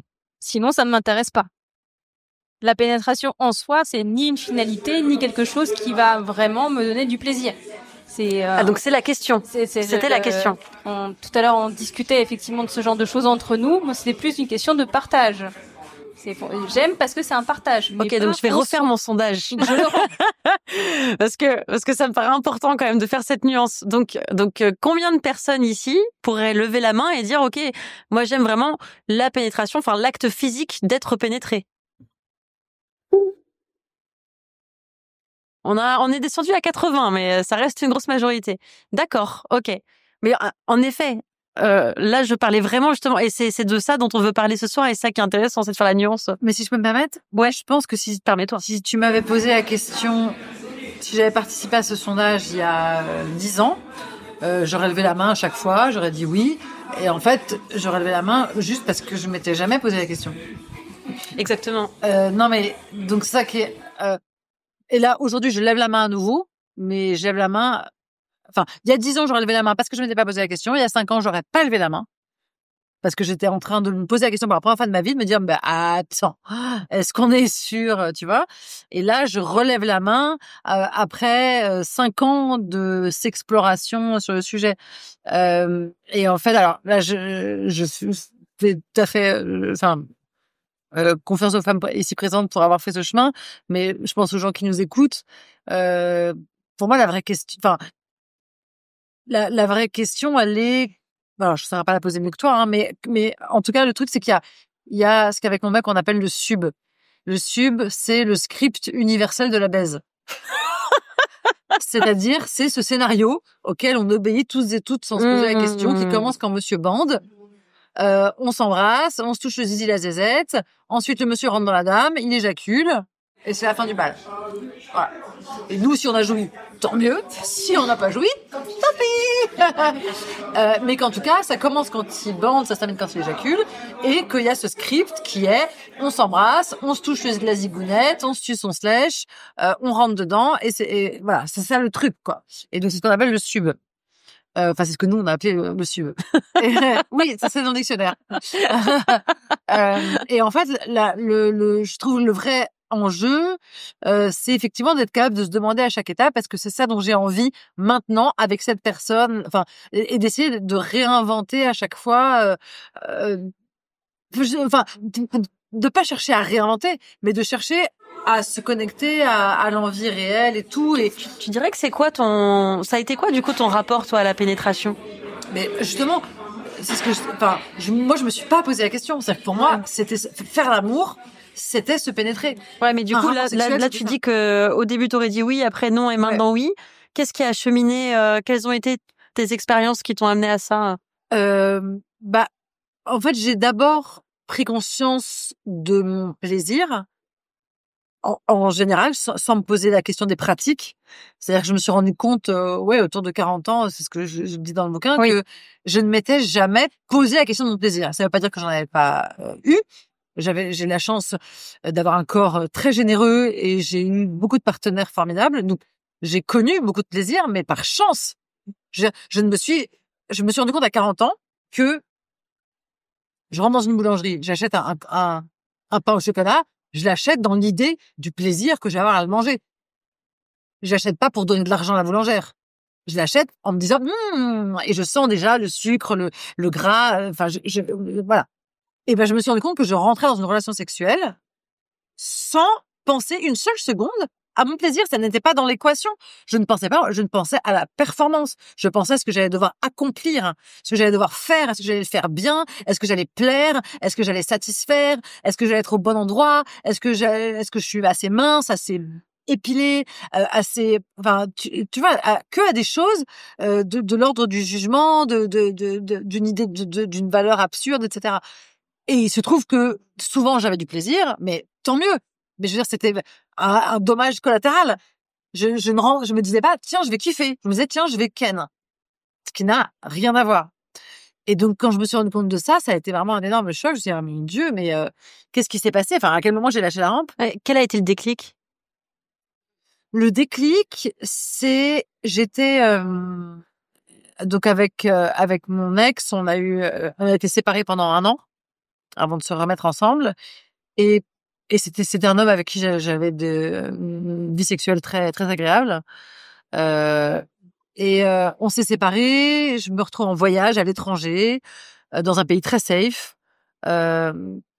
et je rencontre un mec sublime, mais vraiment une espèce de bombasse atomique. Et vraiment, on se croise dans la rue, et vraiment, j'ai un filet d'âge, je dis, ah mon Dieu, la bombasse. Et en fait, quelques secondes plus tard, on me tape sur l'épaule, je me retourne, et c'est la bombasse. Et j'étais là, mais c'est ça, mais c'était Adchir. Et la bombasse me dit, vraiment me drague clairement, enfin, tu vois, genre, qu'est-ce que tu fais ce soir et tout. Et encore une fois, je précise, dans un pays très safe, donc je savais qu'il y avait pas de danger, enfin. Et il me plaisait et tout, j'étais libre, j'avais que ça à faire, j'étais toute seule en voyage, et donc je dis bah oui, bien sûr, on se retrouve. Et donc on se retrouve le lendemain sur la plage, voilà, et puis il y a pas de doute sur la raison pour laquelle on se retrouve. Donc il met de la crème dans le dos en 2 secondes, et voilà, on va dans l'eau, on baise à moitié, etc. Puis d'un coup, on se dit bon, viens, on va à mon hôtel, on achète des capotes sur la route, donc il y a pas d'eau. Il y a pas de doute sur voilà, on va à mon hôtel et on baise une première fois, et c'est super. Et notamment, enfin, il y a des choses très très très très jolies, très excitantes, enfin, je suis très connectée, enfin, c'est super, quoi. Et on baise une 2e fois, et là déjà je sens que c'est plus, ça me demande plus d'efforts. Enfin, tu vois, je sais pas comment dire, comme si, c'est bon, j'ai fait l'exploit une fois, pourquoi le refaire? Enfin, j'ai gagné la médaille, pourquoi est-ce que je refais la course, quoi? Et pourquoi tu l'as refait alors? Et justement, à ce moment-là, je ne sais pas. Et voilà. Et lui est partant pour un 3e round. Et là, je me vois, au lieu de lui dire, bah non, genre, j'ai la chatte en feu, j'ai eu ma dose, non. Je me vois faire, j'avais pas vu l'heure. Oh mon Dieu. Et je me vois inventer un truc pour mettre fin, tu vois. Et donc, c'est le premier truc qui m'intéresse. Non, mais pourquoi je fais ça? Pourquoi je suis pas capable? On a baisé 2 fois. Enfin, ça va, je pourrais dire, bah non, plus tard. Et là, non, je vois bien que je suis pas capable de dire ça clairement, simplement. Donc, je mens. Et puis, je vois qu'il veut, tu vois, et vraiment, je le fous dehors en mentant, quoi. Et d'un coup, je sens l'urgence de le mettre dehors. Et une fois qu'il est dehors, je me sens soulagée, je me sens bien, et en fait, je passe à ce moment-là le meilleur moment. Genre, ça y est, c'est fait. On a ken, c'est terminé. Comme si le devoir, la chose à faire était faite. Et en fait, là, à ce moment-là, je kiffe plus que tout. Parce que c'est fait. Ah, j'ai baisé un bel autochtone, je pourrais le raconter à mes potes, c'est fait, j'ai kiffé. Mon aventure exotique. Voilà, et en fait, là, je me dis, je vais pouvoir me passer une soirée toute seule à l'hôtel, à me faire un room service devant une série, quel pied. Et je me rends compte que cette perspective m'excite beaucoup plus que ce que j'ai vécu la journée. Je me dis, putain. Ah oui, et en partant, on s'était donné rendez-vous pour le lendemain chez lui. Voilà. Et là, d'un coup, à la perspective de cette soirée que je passe, qui est délicieuse toute seule, je me mets à angoisser pour le lendemain. Je précise vraiment que l'endroit était très safe, que j'avais donné les coordonnées GPS à 3 potes à moi. Il y avait aucun risque. Enfin, ce qui me posait problème, c'était pas un risque réel d'agression, etc. C'était un truc beaucoup plus intime et beaucoup plus weird. C'est quoi mon problème? Enfin, c'est-à-dire que d'un coup, l'idée d'aller chez ce gars le lendemain. Pourquoi je le fais vraiment? Est-ce que j'en ai vraiment envie? Et en fait, c'est même la deuxième fois où tu l'as fait avec lui. Plus que est-ce que j'en ai vraiment envie, c'était, j'en ai pas envie du tout. Oui. Ça m'angoisse. J'ai envie de pleurer. Pourtant, j'annule pas le rendez-vous. Non. Et j'annule pas le rendez-vous. Mais surtout, pourquoi ça m'angoisse à ce point? Le mec va se jouir. C'était super. J'ai passé un très bon moment avec lui. Et là, en plus, il se propose de me faire à manger. Enfin, je vais aller chez donc c'est une aventure exotique. Le mec, je pourrais jamais le revoir de ma vie. Jamais, c'est pas mon mot, donc je m'en fous, je peux faire n'importe quoi, je peux arriver, je m'en fous, je le reverrai jamais. Donc il y a aucune pression, et en plus le mec est super, sympa, il va me faire à manger, il va me faire jouer, etc. C'est quoi mon problème? Pourquoi est-ce que j'ai presque envie de pleurer, et j'ai une angoisse, c'est pas une inquiétude, c'est une angoisse à l'idée d'aller chez lui. Et j'y vais quand même, évidemment. Prisonnière de tout ça, quoi. J'arrive chez lui et donc je m'étais dit, tu sais, j'avais essayé de me raisonner en disant, ok, de quoi t'as envie? Et je m'étais dit, vas-y, fais-toi le scénario précis, exact de la baise que tu veux trouver là-bas et fais en sorte de la voir. Et donc je m'étais dit, j'ai envie de langueur, j'ai envie qu'on se caresse pendant des heures, j'ai envie que ça soit doux, qu'on se découvre, tu sais, c'est chaud et tout. Tu vois, j'ai envie que ce soit très doux et que et là j'en reviens enfin à ton sujet après 8 heures de podcast, et si la pénétration arrive, elle arrive, mais si elle arrive pas, elle arrive pas. En tout cas, je veux qu'elle soit vraiment organique, tu vois, qu'elle soit mue par un désir mutuel et tout. Donc voilà, je me fais ce fantasme-là. J'arrive chez lui, bonjour. Cut, bam, bam, bam, et je me fais retourner dans tous les sens, et c'est moi qui suis là, oui, vas-y, baise-moi plus fort, et tout, et c'est moi, vraiment, qui demande, et qui me met sur lui, et je me fais pilonner, retourner, et bam, et claquer le cul, l'inverse de ce que j'avais prévu, de ce dont j'avais envie. Et à la fois, je vois bien qu'en faisant ça, je coche toutes les cases de mon super diplôme, mon super diplôme de suceuse, c'est-à-dire que je vois bien que le mec, il m'oubliera jamais. Et d'ailleurs, je te confirme, je pourrais vous montrer sur mon téléphone. Non, attends, c'est lunaire. Cette histoire, elle a 6 ans. Le mec, on en est à, je crois, 52 messages que je n'ai même pas lus. Même pas lus. Ils sont en non lus et il m'écrit encore. C'est bon, t'as bien ta médaille, Noémie. Bravo. Ma médaille. Mais sur le moment, je le sais. Sur le moment, je me dis, ce mec m'oubliera jamais. Je suis en train de faire la toupie japonaise et le machin, etc. Le mec, il m'oubliera jamais.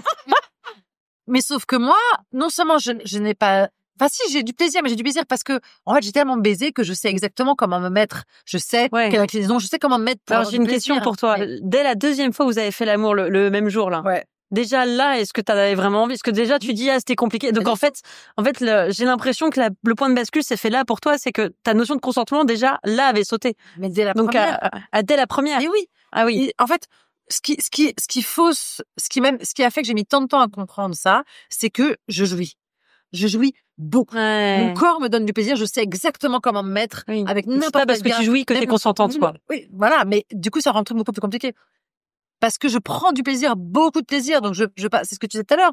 Est-ce que finalement tu dis j'ai bien fait de me laisser faire, puisque voilà. Et ben moi je pouvais me le dire à chaque fois, puisqu'à chaque fois j'ai des orgasmes, mais genre enfin, tu vois, je suis une espèce de volcan. Ouais.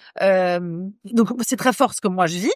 Et en plus le moment est très fort parce que le mec en face il voit bien que je vis un truc fort et lui-même a beaucoup de plaisir parce que mais il voit que tu kiffes. Non, et puis parce que j'ai cette voilà, il y a des gens qui savent faire moi je sais faire ça. Je peux pas non mais tu sais, je sais faire ça quoi. Oui. Et c'est vraiment pas une bonne chose parce que ça m'a apporté beaucoup plus de désagréments que de joie. Mais je sais faire ça. Et donc il se passe un truc, je sens que le mec se dit voilà, moi-même je peux me faire croire que c'est un moment extraordinaire et donc ça a été très dur pour moi de me rendre compte qu'en fait à aucun moment, c'est même pas que j'ai pas consenti, c'est qu'à aucun moment je ne me suis à moi-même posé la question est-ce que j'ai envie, est-ce que je veux, non, c'est juste t'es un homme, t'es une femme, vous vous plaisez, ça doit avoir lieu quoi.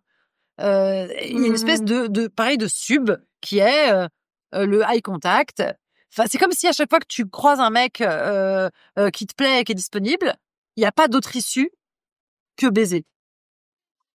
Ah mais c'est fou hein. Et en fait, ça a bousillé plein de mes relations amicales et professionnelles parce que du coup, ça m'arrivait toujours dès que je vois un mec qui est juste baisable, je le baise. Non mais tu vois, je sais pas comment interagir autrement, je sais pas comment être aimé autrement, je sais pas comment être validé autrement, je sais pas où est ma place ailleurs que dans le sexe. Enfin, là je parle au présent. En vrai, t'as fait du chemin depuis. Mais ça a été le cas pendant des années, quoi. Et ça pouvait sembler enviable de l'extérieur, parce qu'effectivement, j'avais beaucoup d'aventures sexuelles, et il y a des hommes qui étaient genre, c'est fou pour moi, qui m'ont fait des cadeaux, des trucs insensés, qui ont traversé la France, qui m'ont affrété des jets privés pour que je les retrouve, enfin, tu sais, des trucs dingues. Mais en vrai, j'étais juste une pute qui s'est pas choisie, quoi. Une pute qui a pas voulu être pute. J'étais juste violée, en fait. Enfin, je dis pas du tout que c'était des violeurs. Loin de moi. Non, j'étais une auto-violée, quoi. Je dirais plus que tu te laissais choisir au lieu de choisir. C'est ça. Tu te laissais choisir, ce qui n'est pas pareil, ouais. Et ce qui est vraiment pas du tout, enfin, ce que je souhaite à aucune de nous, quoi. C'est pas du tout quelque chose de souhaitable dans le rapport. Et donc, avec cet homme là, quand je suis pas, et donc on a fait l'amour de cette manière-là, et ensuite lui il était tellement content, et puis il me fait à manger et tout, et en fait là c'est mon corps qui a été formidable. C'est-à-dire je me suis sentie mal physiquement. J'ai eu la nausée, je me suis sentie mal physiquement, et j'en ai fallu que je rentre chez moi. Et ce qui était aussi formidable pour ma compréhension, c'est qu'il a été parfait. C'est-à-dire qu'à la seconde où il a vu que j'allais pas bien, il m'a dit mon Dieu, mais je t'appelle un taxi, je te enfin, c'est-à-dire qu'il n'a pas insisté un quart de seconde. Enfin, il a été formidable. Il a vu mieux que moi que j'étais pas ok. Il m'a aidé à ne pas consentir. Et donc il m'a renvoyé chez moi hyper gentiment. Enfin, il t'a aidé à respecter ton non-consentement, que lui avait mieux lu que toi. Mieux lu que moi. Non mais c'est fou, hein. Ouais. Et tout ça, on me déculpabilisait parce que j'étais là, oh pardon. Et il me disait, mais t'es folle, mais jamais de la vie, mais c'est moi, je m'excuse, j'aurais dû le voir plus tôt, mon Dieu. Enfin, et en fait, une fois que j'étais rentrée chez moi et que j'avais vécu tout ça et que je ne pouvais l'imputer qu'à moi-même, puisque cet homme avait été parfait du début à la fin, que j'avais eu du plaisir. Enfin, là, d'un coup, j'étais face à la vérité. Je peux pas faire autrement que dire, ok, il y a un énorme problème. Il y a pas eu de brutalité, il y a pas eu de, enfin, toutes les conditions me forçaient à me dire, ok, il y a un gros problème, il faut que tu t'interroges, il faut que tu comprennes ce qui se passe. Et en fait, ça a été le début d'une réflexion plusieurs années, avec 4 thérapeutes différents, mon mec de l'époque avec qui je suis revenue et avec qui j'en ai discuté, etc. C'est un long chemin parce que en fait, il y a un tel conditionnement, et puis c'est des conversations qu'on peut pas avoir avec nos mères, enfin. Parce que voilà, il y a des gaps de génération. Enfin ouais. Mais je me demandais, parce que du coup ça a été le déclic où tu t'es dit ok, il faut que je bosse. Est-ce que après justement, quand t'es avancé sur ce chemin, tout, tu arrives au bout du tunnel. Et est-ce que tu pourrais nous raconter, si tu es d'accord, une anecdote où là vraiment tu t'es dit ah ouais, là ça y est, je sens que je suis femme dans un corps de femme, je prends mon plaisir et c'est pour moi et là je kiffe quoi. Et là du coup c'est le vrai kiff parce que finalement il y a plus d'attente, il y a plus de c'est un cadeau que je m'offre à moi-même de vivre ce moment intensément de cette manière-là. Alors c'est marrant parce que avant qu'on commence l'émission, tu m'as dit que je serais amenée à raconter une histoire, enfin en la faisant vivre, etc., une histoire de plaisir. Et donc j'ai pensé à plusieurs choses à ce moment-là. Et là, en fait, dans le cadre de cette conversation, ce que j'ai envie de vous raconter, malheureusement, c'est pas du tout sexy, c'est pas du tout érotique, mais c'est la première fois où j'ai été capable, dans le feu de l'action, en étant en train de baiser avec un homme que j'aime, en plus que j'aime, que je désire, de dire ce que je voulais, ce que je voulais pas, de dire ah non aïe, ah non j'aime pas ça, plus ce que jamais de ma vie je n'étais capable de faire. Et je tiens à préciser que c'est même avec des hommes, parce que j'ai eu plein d'amants formidables, hein, des hommes qui me demandaient qu'est-ce que tu veux, est-ce que tu aimes, est-ce que ça va comme ça, mais sauf que moi j'étais pas capable. C'est-à-dire qu'ils pouvaient me poser la question 30 000 fois, quoi, je répondais oh oui, t'habites, quoi qu'il arrive. J'ai jamais été capable de dire autre chose que oh oui, jamais. Je n'ai jamais été capable de dire plus à gauche, plus moins fort, continue, arrête. Jamais. J'ai baisé, je sais pas, 300 mecs. Jamais j'ai été capable de dire ça. Et donc c'est vraiment important aussi pour si des ex à moi m'écoutent, c'est pas vous quoi. Non mais c'est important. Alors j'ai des connards hein dans mes ex, mais en tout cas ce problème-là c'est pas vous, c'est moi. Enfin c'est moi. C'est la société dans laquelle on vit et c'est le fait que j'ai été violée et c'est tout ça et qui fait que voilà. Mais en tout cas c'est moi qui n'avais pas fait ce chemin et qui l'ai fait maintenant et effectivement là ce souvenir d'être dans les bras de l'homme que j'aime, dans une baise magnifique qui est à la fois très sexuelle et très amoureuse et très sacrée. Et il se passe quelque chose de très fort et lui je sens qu'il est que ça monte, qu'il est dans un état incroyable et que c'est un état où il a envie de dire genre c'est la plus belle baisse de ma vie et j'ai envie de dire ah oui moi aussi et on a envie de l'encadrer et machin et en fait bah non là à ce moment-là moi j'ai pas un plaisir ouf à ce moment-là, j'en ai eu 1000 fois mais pas là. Et je sens que c'est pas loin et je sais très bien ce qu'il faudrait qu'il fasse et en temps normal je me serais bougée moi, j'aurais dit oui c'est super, je me serais contorsionnée pour que ça se passe bien, etc. Et là il se trouve et je sais que donc moi si je veux être sûre de jouer il faut que je me mette au-dessus, comme ça je fais exactement ce que je veux avec mon bassin et enfin c'est moi qui gère la danse quoi. Et il se trouve que là j'étais en dessous sous un homme très lourd et très fort et que donc c'est voilà, si je voulais quelque chose fallait que je le demande, j'avais pas le choix quoi. Tu veux bien nous raconter du coup comment ça s'est passé et pourquoi ce soir-là alors que tu aurais pu dire oui et comment tu t'es sentie avant, comment tu t'es sentie après? Ça serait intéressant vraiment de pouvoir se projeter avec toi. Encore plus du coup si c'est pas forcément érotique, je trouve c'est hyper intéressant. En fait, j'ai senti que c'était ça la preuve d'amour. C'est-à-dire qu'effectivement, on était dans, tu sais, ces baises parfois qui ont un côté sacré, quoi, où t'as envie de dire je t'aime à chaque coup de rein, où, tu sais, où il y a quelque chose de, t'as l'impression que c'est plus que, c'est plus que juste le plaisir charnel, etc. Et en fait, c'est ça qui rend le truc difficile. C'est que d'un coup, tu peux être tenté parce qu'il y a des sentiments et parce qu'il y a de l'amour et parce que le moment est magnifique. Tu peux être tenté de dire ouais, c'est pas grave si l'orgasme est pas dingue, tu vois, si la jouissance est pas dingue. Et sauf que là, l'homme avec qui j'étais et pour qui je sais que ça peut être, c'est un homme qui a une jouissance très intérieure, hein, très contenue. C'est un mec qui est en maîtrise, enfin genre qui est une espèce de boule de muscles et qui est vraiment en maîtrise de tout et tout. Et donc là, le fait qu'il arrive à parler pendant et à dire c'est incroyable, ça monte, je sens, c'est quelque chose de, je savais qu'il me faisait un cadeau, qu'il y avait quelque chose de très sincère, de très vulnérable chez lui dans ce qu'il m'offrait, etc. Ce qui rendait le moment encore plus beau. Et donc une partie de moi, pour préserver la beauté de ce moment, avait envie de dire « Oh oui, moi aussi, c'est incroyable !» Sauf qu'en fait, c'était pas vrai. c'était pas vrai dans mon corps. Bien sûr que c'était vrai dans ma tête, dans mon cœur, dans tout ça. Et le moment était magnifique. Mais la vérité de ma chatte, c'était pas ça. Et tu lui as dit quoi, du coup? Et j'ai hésité. Et en fait, il est vraiment balèze et je pense qu'il a, pareil, il m'a, comme l'autre, je pense qu'il m'a aidé à, il me dit, attends, parce que, oui, c'est ça aussi, tu sais, quand tu disais les mecs, ils nous disent, alors ça t'a plu? Moi, ça m'aimerait jamais à l'idée de dire à un mec, alors ça t'a plu? Ou alors c'était bien. Si je pose une question, c'est, est-ce que ça va? Comment tu vas? Une question ouverte. Jamais je voudrais dire à un mec, alors, ça t'a plu? Alors qu'effectivement, je me rends compte que, je regarde des mecs, ils me demandent pas comment c'était, mais ils me demandent de confirmer que c'était bien. Non, mais c'est quand même fou. Je pense qu'il y a peu de meufs qui ont cet apprendre-là. Et bref, et en tout cas, là, à cet instant-là, justement, il m'a pas dit, toi aussi tu kiffes, ou tu vois, il a pas, il m'a dit, mais pas toi. Je crois qu'il a même fait à l'interrogative, genre, j'ai l'impression que pas toi, quoi, tu sais, un truc comme ça.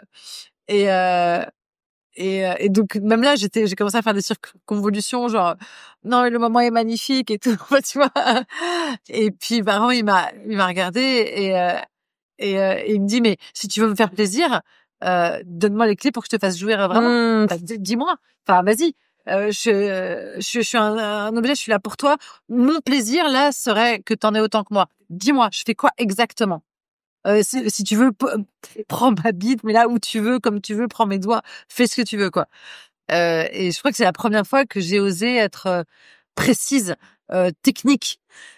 Tu vois, vraiment dire, attends, oui, vas-y. Enfin, et en fait, j'ai toujours l'impression que les termes techniques, c'était trivial. Ouais, ou que ça perd de son charme, ça perd de son érotisme. Ouais. Et en fait, là, il a réussi à créer un contexte dans lequel dire les choses avec précision, c'est ça qui était sexy. Bah ouais. Mais c'était la première fois. Et en fait, il y a eu un avant et un après. C'est-à-dire que depuis, je vois tout ce qu'il y a de sexy d'être cette femme qui connaît son corps, qui connaît son plaisir, qui sait l'indiquer à l'autre, qui sait guider l'autre. Et que plus je suis précise, plus ça peut être érotique. Et comment ça peut devenir un jeu aussi. On rentre dans autre chose là, mais... Voilà. Mais c'est ça. Et finalement, c'est un super beau cadeau que tu lui que justement que t'aies été honnête. Ouais. Parce que du coup, ça a créé l'espace nécessaire pour avoir cette conversation et pour que lui te dise non mais attends, là ça va pas, toi dis-moi et que du coup lui aussi t'a renvoyé la balle en mode bah si meuf, prends tes responsabilités, dis-moi ce qui te fait kiffer. Ouais. Enfin. Et résultat, voilà. Aussi maintenant, quand je jouais, quand je dis que c'était bon, enfin, il te croit. Il me croit. Voilà, il te croit vraiment. Du coup, voilà, maintenant il y a un vrai repère, quoi. On est plus biaisé par des oui, ouais. Ça t'a plu, hein, super. Je vais aller faire des œufs, mon amour. On avait des partages d'expériences. J'ai vu des mains se lever, je crois. Je voulais revenir sur la question que tu posais tout à l'heure sur la pénétration. Ouais. Le rapport à la pénétration, moi j'ai levé la main tout à l'heure pour dire que j'aimais la pénétration parce que la première fois que de mes souvenirs que j'ai été pénétrée, c'était avec un tampon. Quand j'ai eu mes règles. Donc et ma mère elle m'a dit t'as tes règles, accroupis-toi. Moi j'ai fait aïe, ça fait mal. Mais non, ça fait pas mal, supporte ça. Je l'ai gardé pendant plusieurs heures, j'étais là, ça fait mal. Et là, je crée en fait inconsciemment une espèce de peur à la pénétration. Ah bah oui, ça s'appelle un viol, c'est ce qui t'est arrivé. Pendant plusieurs mois, chaque fois que je dois mettre un tampon, je suis là. Ça m'a pris, je pense, 2 ans avant que je dise, mais en fait, je peux mettre des serviettes, pourquoi je mets des tampons? Mais bon, on m'avait dit c'est un tampon, bah j'ai pensé que c'était ça en fait. Puis il y avait cette espèce de légende qui disait que quand on avait un tampon, on avait l'habitude, la pénétration sera moins douloureuse. À l'époque, c'est voilà. J'avais entendu ça aussi. Oui, ils disaient ça. Si tu mets un tampon, ta première fois, ça va bien se passer. T'auras déjà l'habitude. Mais voilà, c'était mon premier rapport à la pénétration. Et en fait, ce qui fait que la première fois qu'un homme m'a pénétré, vu que ça n'a pas été douloureux, moi j'étais waouh, c'est génial en fait. C'était pas génial parce que il faisait bien ou est-ce que j'étais mouillée, j'en sais rien. Mais c'était génial parce que ça ne faisait pas mal. Et moi, en fait, j'ai gardé ça pendant longtemps. Dans mes relations, à me dire le curseur, c'est si ça fait mal, c'est pas un bon, c'est que c'est pas bien. Et si ça se passe bien, c'est que c'est bien. Et continuellement dans mes expériences, j'ai associé le sexe Parce que je faisais partie des femmes qui se disaient, faut être ouverte, faut pas être coincée. Ça venait d'un traumatisme. Un jour, mon mec m'a dit, mais t'es trop coincée. Ben, j'ai dit, non, moi, je suis pas coincée. Donc, tu veux qu'on fasse quoi? Je suis ouverte à plein de choses. Si je me posais pas la question si j'en avais envie, mais j'étais vraiment butée sur l'idée, je suis pas coincée, je suis une femme ouverte. Et je trouvais ça cool, en fait, d'avoir envie de coucher tout le temps, en fait. Enfin, voilà. Et du coup, en fait, dans ma recherche aussi de ma peur du rejet et autre chose, bah, forcément, quand j'avais un très, très bon rapport sexuel, je me disais, waouh, ben, j'en tombais amoureuse, quoi. Enfin, j'ai commencé à associer la pénétration, le sexe et tout ce qui va avec à l'amour, en fait. Donc, si j'avais un premier rapport sexuel qui se passait bien, comme tu venais de dire, enfin, une expérience oufissime, à la fin, je me disais, ça y est, c'est l'homme de ma vie, en fait, on va passer toute notre vie ensemble. Et pendant très, très longtemps, ça a été vraiment cette erreur de, si ça se passe bien au lit, c'est que, voilà, je me suis accrochée à des hommes parce que ça s'était bien passé une fois et que je me disais, j'allais peut-être jamais retrouver ça. Lui, il sait faire, les autres, ils sauront pas faire. Ou je me dis, en fait, lui, il a compris mon corps. Ouais. Comme personne, donc c'est forcément la personne que je devais rencontrer, donc je m'y accrochais à aller ailleurs. Il me dit mais non, c'est lui, c'est sûr que c'était avec lui, ça se passait bien, et tout le temps ressasser ça en fait, sans jamais me poser la question qu'est-ce que moi j'aime. C'est ça, je revenais au fait de la masturbation. Je sais pas c'est quoi le plaisir solo en fait, mais je trouve que c'est un vrai cheminement personnel en fait. Et de voir qu'on est 50, qu'on est 30 ans, 40 ans et plus, en fait, qu'on continue à découvrir des choses. Ben, moi, mes 37 ans, je me dis que j'ai encore du chemin à faire. Donc, je pense que j'ai encore beaucoup de choses à découvrir, quoi. Donc, voilà, c'était mon mot. Je voudrais aussi apporter quelques facteurs qui peuvent jouer aussi, justement, dans le rapport qu'on peut avoir avec la pénétration, notamment par rapport aux différents partenaires, parce que on peut aussi apprécier la pénétration avec un et pas avec d'autres. Enfin voilà, ça change. Il y a l'apport de soins. Ça peut être dans l'esthétisme, la manière dont la personne prend soin, ou si nous aussi on a pris soin. Est-ce que moi je suis épilée, est-ce que machin. Il y a aussi toutes ces injonctions-là. Parfois, on va aimer plus ou moins certaines pratiques par rapport à ça. Il y a l'hygiène aussi, l'hygiène de la personne, notre hygiène. Est-ce que je me sens sale aujourd'hui? Est-ce que l'autre, comment ça sent? Mais l'hygiène aussi de l'appartement par rapport à comment on est accueilli, je trouve que ça joue énormément également. Il y a aussi garder, ça c'est les mots de Noémie, mais j'adore, garder un rythme de baise dans le couple. Ah bah tiens, ça fait X temps qu'on l'a pas fait, donc refaisons-le très très vite pour valider notre couple aux yeux de la société. Il y a la libido qui fluctue, parce qu'on a, à force de parler de tout ça, on a un peu tendance à croire inconsciemment que il faut qu'on baisse 3 fois par semaine, donc la libido est toujours là et j'ai toujours envie et machin. Mon mec au garde à vous, moi aussi. Enfin vraiment, si tu me dis que t'as envie. Alors que nous, en fait, les aléas de la vie, on a parlé des enfants tout à l'heure, mais pas que. Le stress au travail, enfin il y a plein de choses, ça fluctue. Ne l'oublions pas. Il y a aussi la notion. Alors, on va pas avoir le temps d'en parler parce que là, c'est un énorme sujet que j'ouvre. Donc, on fera un autre épisode, on fera un autre live. Mais le fait de pourquoi est-ce qu'on a envie de faire l'amour aussi? Est-ce que c'est parfois pour une vraie notion de plaisir, ou est-ce qu'il y a aussi peut-être le facteur procréer derrière? Moi, je sais que dans mes accompagnements, c'est un sujet quand même qui revient beaucoup, où j'ai des témoignages de hommes comme femmes qui me disent, en fait, j'ai très envie de faire l'amour quand il y a la question de faire des enfants, et ça peut partir, revenir. Voilà, je suis désolée, je sais que j'ouvre un énorme tiroir qu'on va pas... Je pose ça là. C'est un nouveau truc auquel je pense. Donc, je sais pas si ça vous évoque quelque chose. Mais donc, on a la charge mentale, on en parle beaucoup. Là, on parle depuis quelque temps de la charge émotionnelle, la charge sexuelle, la charge procréative, etc. Mais il y a aussi un truc, c'est que donc là, donc je suis une femme cis, donc j'ai mes règles, etc. Et je suis maman. Et je suis avec un mec qui n'est pas papa, lui, et qui n'a pas de sexe, c'est un homme cis. Voilà. Et on a l'envie de faire un enfant, comme je vous disais tout à l'heure. Et tout ça fait que moi, donc lui, il dit on se voit quand? On se voit là, on se voit pas. Ah non, je suis pas dispo. Tel jour. Voilà, lui, c'est un individu solo qui me voit quand il a envie de me voir, c'est quand il a pas d'autres trucs prévus et qui me voit pas quand machin. Moi, je suis un individu seul ça, mais je dois gérer. Est-ce que j'ai mes règles ou est-ce que j'ai pas mes règles? Donc, est-ce qu'on va pouvoir ken ou pas, ou est-ce que ça va flinguer les draps et que c'est compliqué? Est-ce que j'ai mon fils ou pas? Si on a envie de faire un enfant, est-ce que c'est le moment? Bah non, mais là j'ovule, etc. Et en vrai, entre les moments où j'ovule, où ça serait vraiment bien qu'on baise, les moments où j'ai mes règles et ça serait vraiment cool qu'on évite, les moments où j'ai mon fils donc on peut pas se voir, les moments où je l'ai pas donc il faudrait vraiment qu'on en profite. Bah en vrai, je me retrouve avec un putain d'agenda et donc quand le coup il me dit bah non finalement jeudi je peux pas, je suis là, mec, t'es sérieux? Enfin, il y avait toutes les planètes étaient alignées pour ce jour-là. Le lendemain, c'est mort, en fait. Le lendemain, j'ovule plus, j'ai mon fils et donc, non.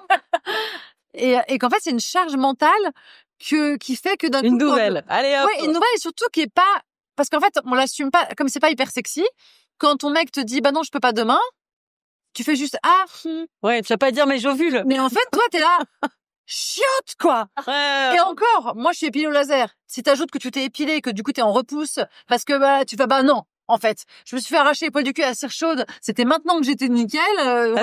Franchement, moi, j'ai déjà eu ces conversations parfois avec des mecs. Je dis, attends, là, franchement, j'ai fait un effort de ouf. Je me suis rendue trop sexy. Quoi. Alors, ouais, franchement, je m'incline. C'est tout. Voilà. Il y a un autre facteur aussi dont j'ai pas parlé, mais qui a peut-être pas mes préférés, qui est le facteur psychologique. Que souvent, parfois aussi comment on se sent avec la personne, et puis peut-être aussi le contexte sexuel dans lequel on a été. Ça peut être un jeu, ou ça peut être plein d'autres choses. Le facteur psychologique rentre en jeu dans la manière dont on va ressentir la pénétration. Il y a un extrait du livre. Donc, le journal de Noémie que j'ai adoré pour ça, que j'aimerais beaucoup vous lire. 4 février 2012. On a couché ensemble, avant-hier, en pleine nuit, chez lui. Je vais prétexter une fête, il a dit non merci, en se débarrassant de la bouteille de vodka que j'apportais. Puis plus un mot. Encore dans l'entrée, debout, sans précipitation, il a pris possession de moi. Puis dans le salon, puis dans la chambre, avec assurance et dévotion. Je m'attendais à un gamin chétif et fébrile, un gars un peu impressionné que j'allais déniaiser. Me suis retrouvée maîtrisée par un homme puissant et déterminé, transfiguré par une excitation immense et un calme insensé. Quelque chose d'à la fois sombre et lumineux dans son regard. Un tempérament brûlant et un contrôle presque froid, au service de mon plaisir. Mes fesses attrapées à pleine main, il y plante ses doigts de pianiste et s'enfonce au plus profond de moi. Une claque sur mon cul. Il attrape mes cheveux. Je me cambre à m'en briser les reins. Mon sexe ruisselant tout ouvert pour lui. Il est tellement généreux. J'ai confiance. Nos corps semblent se connaître déjà et se retrouver enfin. J'ai envie de le voir. Je me retourne. Il est au-dessus de moi. Tout son corps tendu. Ses 2 muscles au bas du ventre dessinent des flèches vers sa queue. Queue entrant en moi avec une puissance infinie. Queue dont les va-et-vient me rendent folle et me secouent de spasmes et de contractions. Queue contre laquelle je me frotte et m'empale de toutes mes forces. Queue soudainement, que j'adore avec tout mon plaisir. Les seuls mots qu'il a prononcés, plusieurs fois, ont été « ça va ?» avec une douceur infinie, alors qu'il venait de me dominer sans merci. Voilà, si ça peut vous donner quelques idées pour la suite. Quelques tips aussi. Alors, je prends ces sources du Tao et du Tantra. Je vous invite vraiment à aller faire vos propres recherches. Je vous partage là, moi, quelques connaissances que j'ai apprises, mais je suis pas allée chercher les ressources scientifiques. Donc, je vous invite vraiment à ne pas croire absolument tout ce que je dis comme si c'était de l'eau de roche, mais d'aller vérifier vous-même. Dans le Tao, on dit que à l'intérieur du sexe, que le sexe masculin et le sexe féminin contiennent plusieurs points d'acupuncture, notamment tout ce qui est relié au rein, au cœur, aux poumons et différentes parties. Donc dans le Tao, on va aller vraiment jouer avec la manière dont les 2 sexes vont venir rentrer en contact pour aller toucher différents points d'acupuncture. Ça peut être aussi une piste, un truc assez intéressant à aller explorer. Alors là, du coup, quand on le fait, en effet, on est moins dans un truc érotisant, un peu comme je disais tout à l'heure. On est un peu dans une exploration presque de bien-être, quoi. J'allais dire médical, mais bon, on peut pas vraiment. Je me sens pas légitime de prononcer ces mots-là, mais disons de bien-être. Il y a aussi quelque chose aussi d'assez intéressant à tester. Et ça, on en parle dans le taoïsme et dans le tantra. Ça va être la respiration. Bon, ça, c'est quelque chose pour le coup. Qui est plutôt véridique, c'est que la respiration ramène à la relaxation, à le fait d'être détendu. Et le fait d'être détendu ensemble, homme comme femme, ça va venir à davantage être plus à l'écoute et à l'éveil de ce qu'on ressent à l'intérieur. Et justement, on va aller débrancher le cerveau, on va moins être dans ce truc de performance de est-ce que je fais bien, est-ce que je joue bien, quel bruit je vais faire, machin. Mais on va plus être à l'écoute de ok, je suis dans la respiration et quand j'inspire, lui il expire. Et quand j'expire, lui il inspire. Dans le tantra, on appelle ça l'exercice de la flûte. Bon, je ne vais pas rentrer dans les détails ici, mais voilà. Si vous voulez faire vos recherches, vous avez l'info. Et on va aller vraiment, en fait, faire cette respiration cyclique l'un et l'autre. Donc, quand l'homme expire, il va expirer en même temps qu'il va entrer dans la femme. Et la femme va inspirer à ce moment-là. Et quand l'homme inspire, il va se retirer et la femme va expirer. Et vous allez voir que de faire ça, de faire cet exercice, vous allez vraiment être de plus en plus à l'écoute, en fait, de qu'est-ce qui se passe ici et maintenant. Parce que déjà, on est en train d'écouter le souffle de l'un et de l'autre. Donc, on n'est plus dans le cerveau. On est dans, OK, qu'est-ce qui se passe comme expérience? Ça va aussi vraiment vous inviter à prendre du temps. À prendre du temps parce que du coup, on est en train de se connecter sur un rythme et on n'est plus en train de faire ce qui peut être très très bien aussi, hein, j'ai aucun doute là-dessus. Mais c'est vrai que c'est intéressant pour justement faire cet exercice de OK, comment je vais vraiment être à l'écoute avec l'intérieur des parois de mon vagin et on va aller dilater le temps et tout d'un coup en fait le fait que ce soit des rythmes qui se répètent, ça crée une nouvelle jouissance en fait. On découvre la jouissance encore autrement. Dans le taoïsme, ils appellent ça l'orgasme des 9 paliers. Ils disent qu'on peut atteindre 9 paliers d'orgasme. Le 4e palier étant l'orgasme ordinaire. Donc l'orgasme qu'on connaîtrait apparemment toutes et tous. Et que, en fait, si on arrive à continuer après ça, et justement avec les respirations, voilà. Je veux vraiment pas que cette partie du podcast fasse évangile de ces spiritualités. Je vous partage juste quelques connaissances. En tout cas, je vous invite vraiment à essayer la respiration. Je pense qu'il n'y a pas de contre-indication à ça. Au pire, ça marche pas.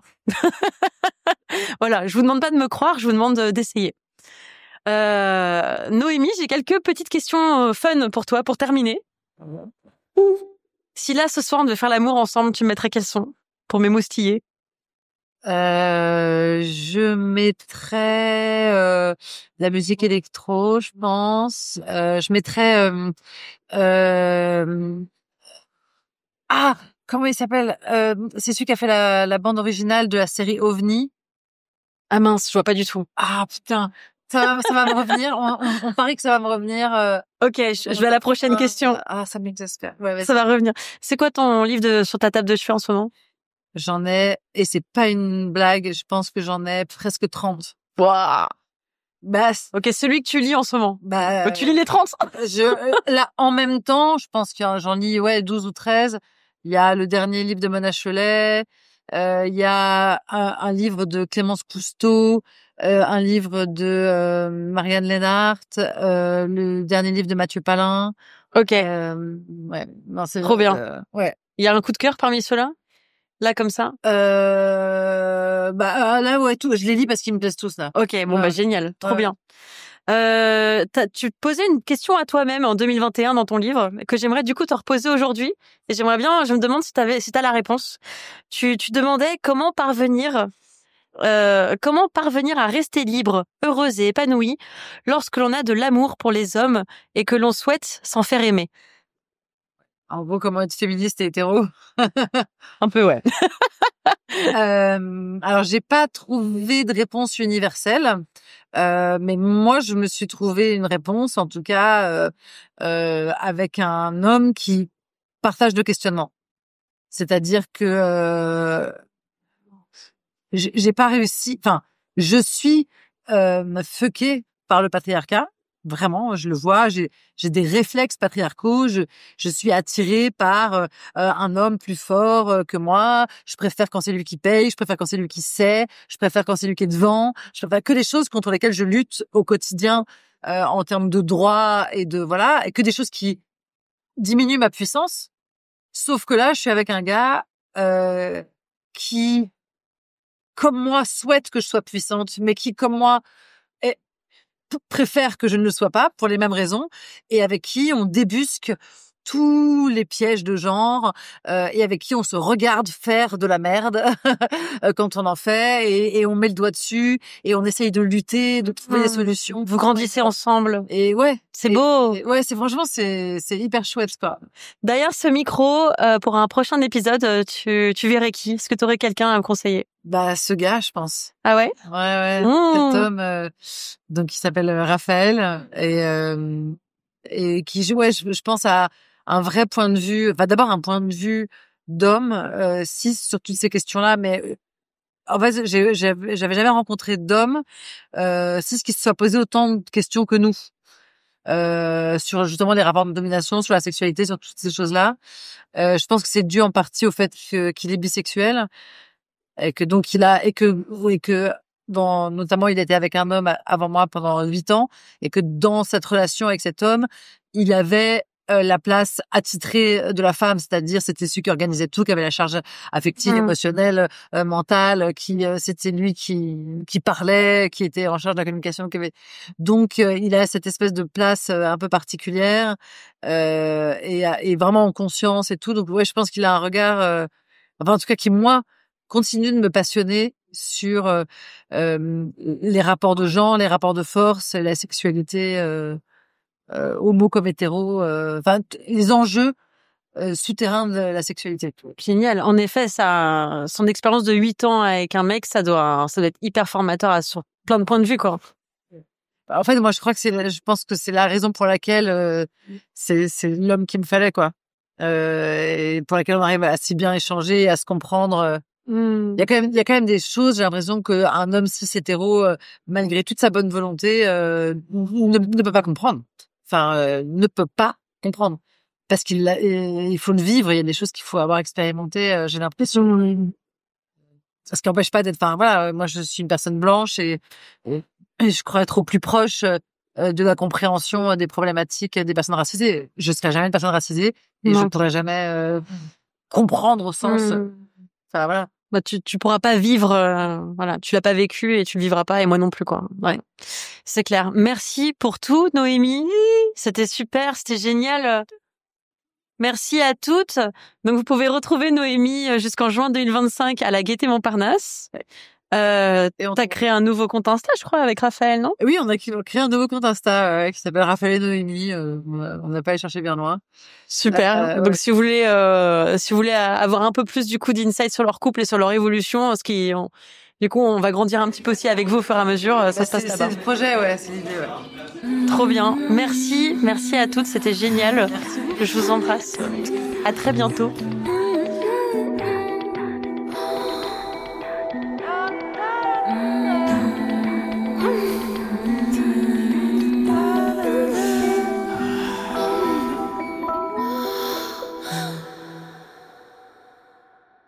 Le consentement, c'est un podcast Colette se confesse à écouter sur toutes vos plateformes d'écoute. Moi, c'est Colette Williams. Je suis coach en relations affectives et sexuelles. Je crée des espaces sécurisants, joyeux, de libération sensuelle. J'organise des journées d'éveil sensoriel, des cycles pour hommes et des formations pour futures facilitatrices de l'intime. Tu peux retrouver tous mes événements sur mon site internet www.colette avec un L et 2 T, seconfesse.fr.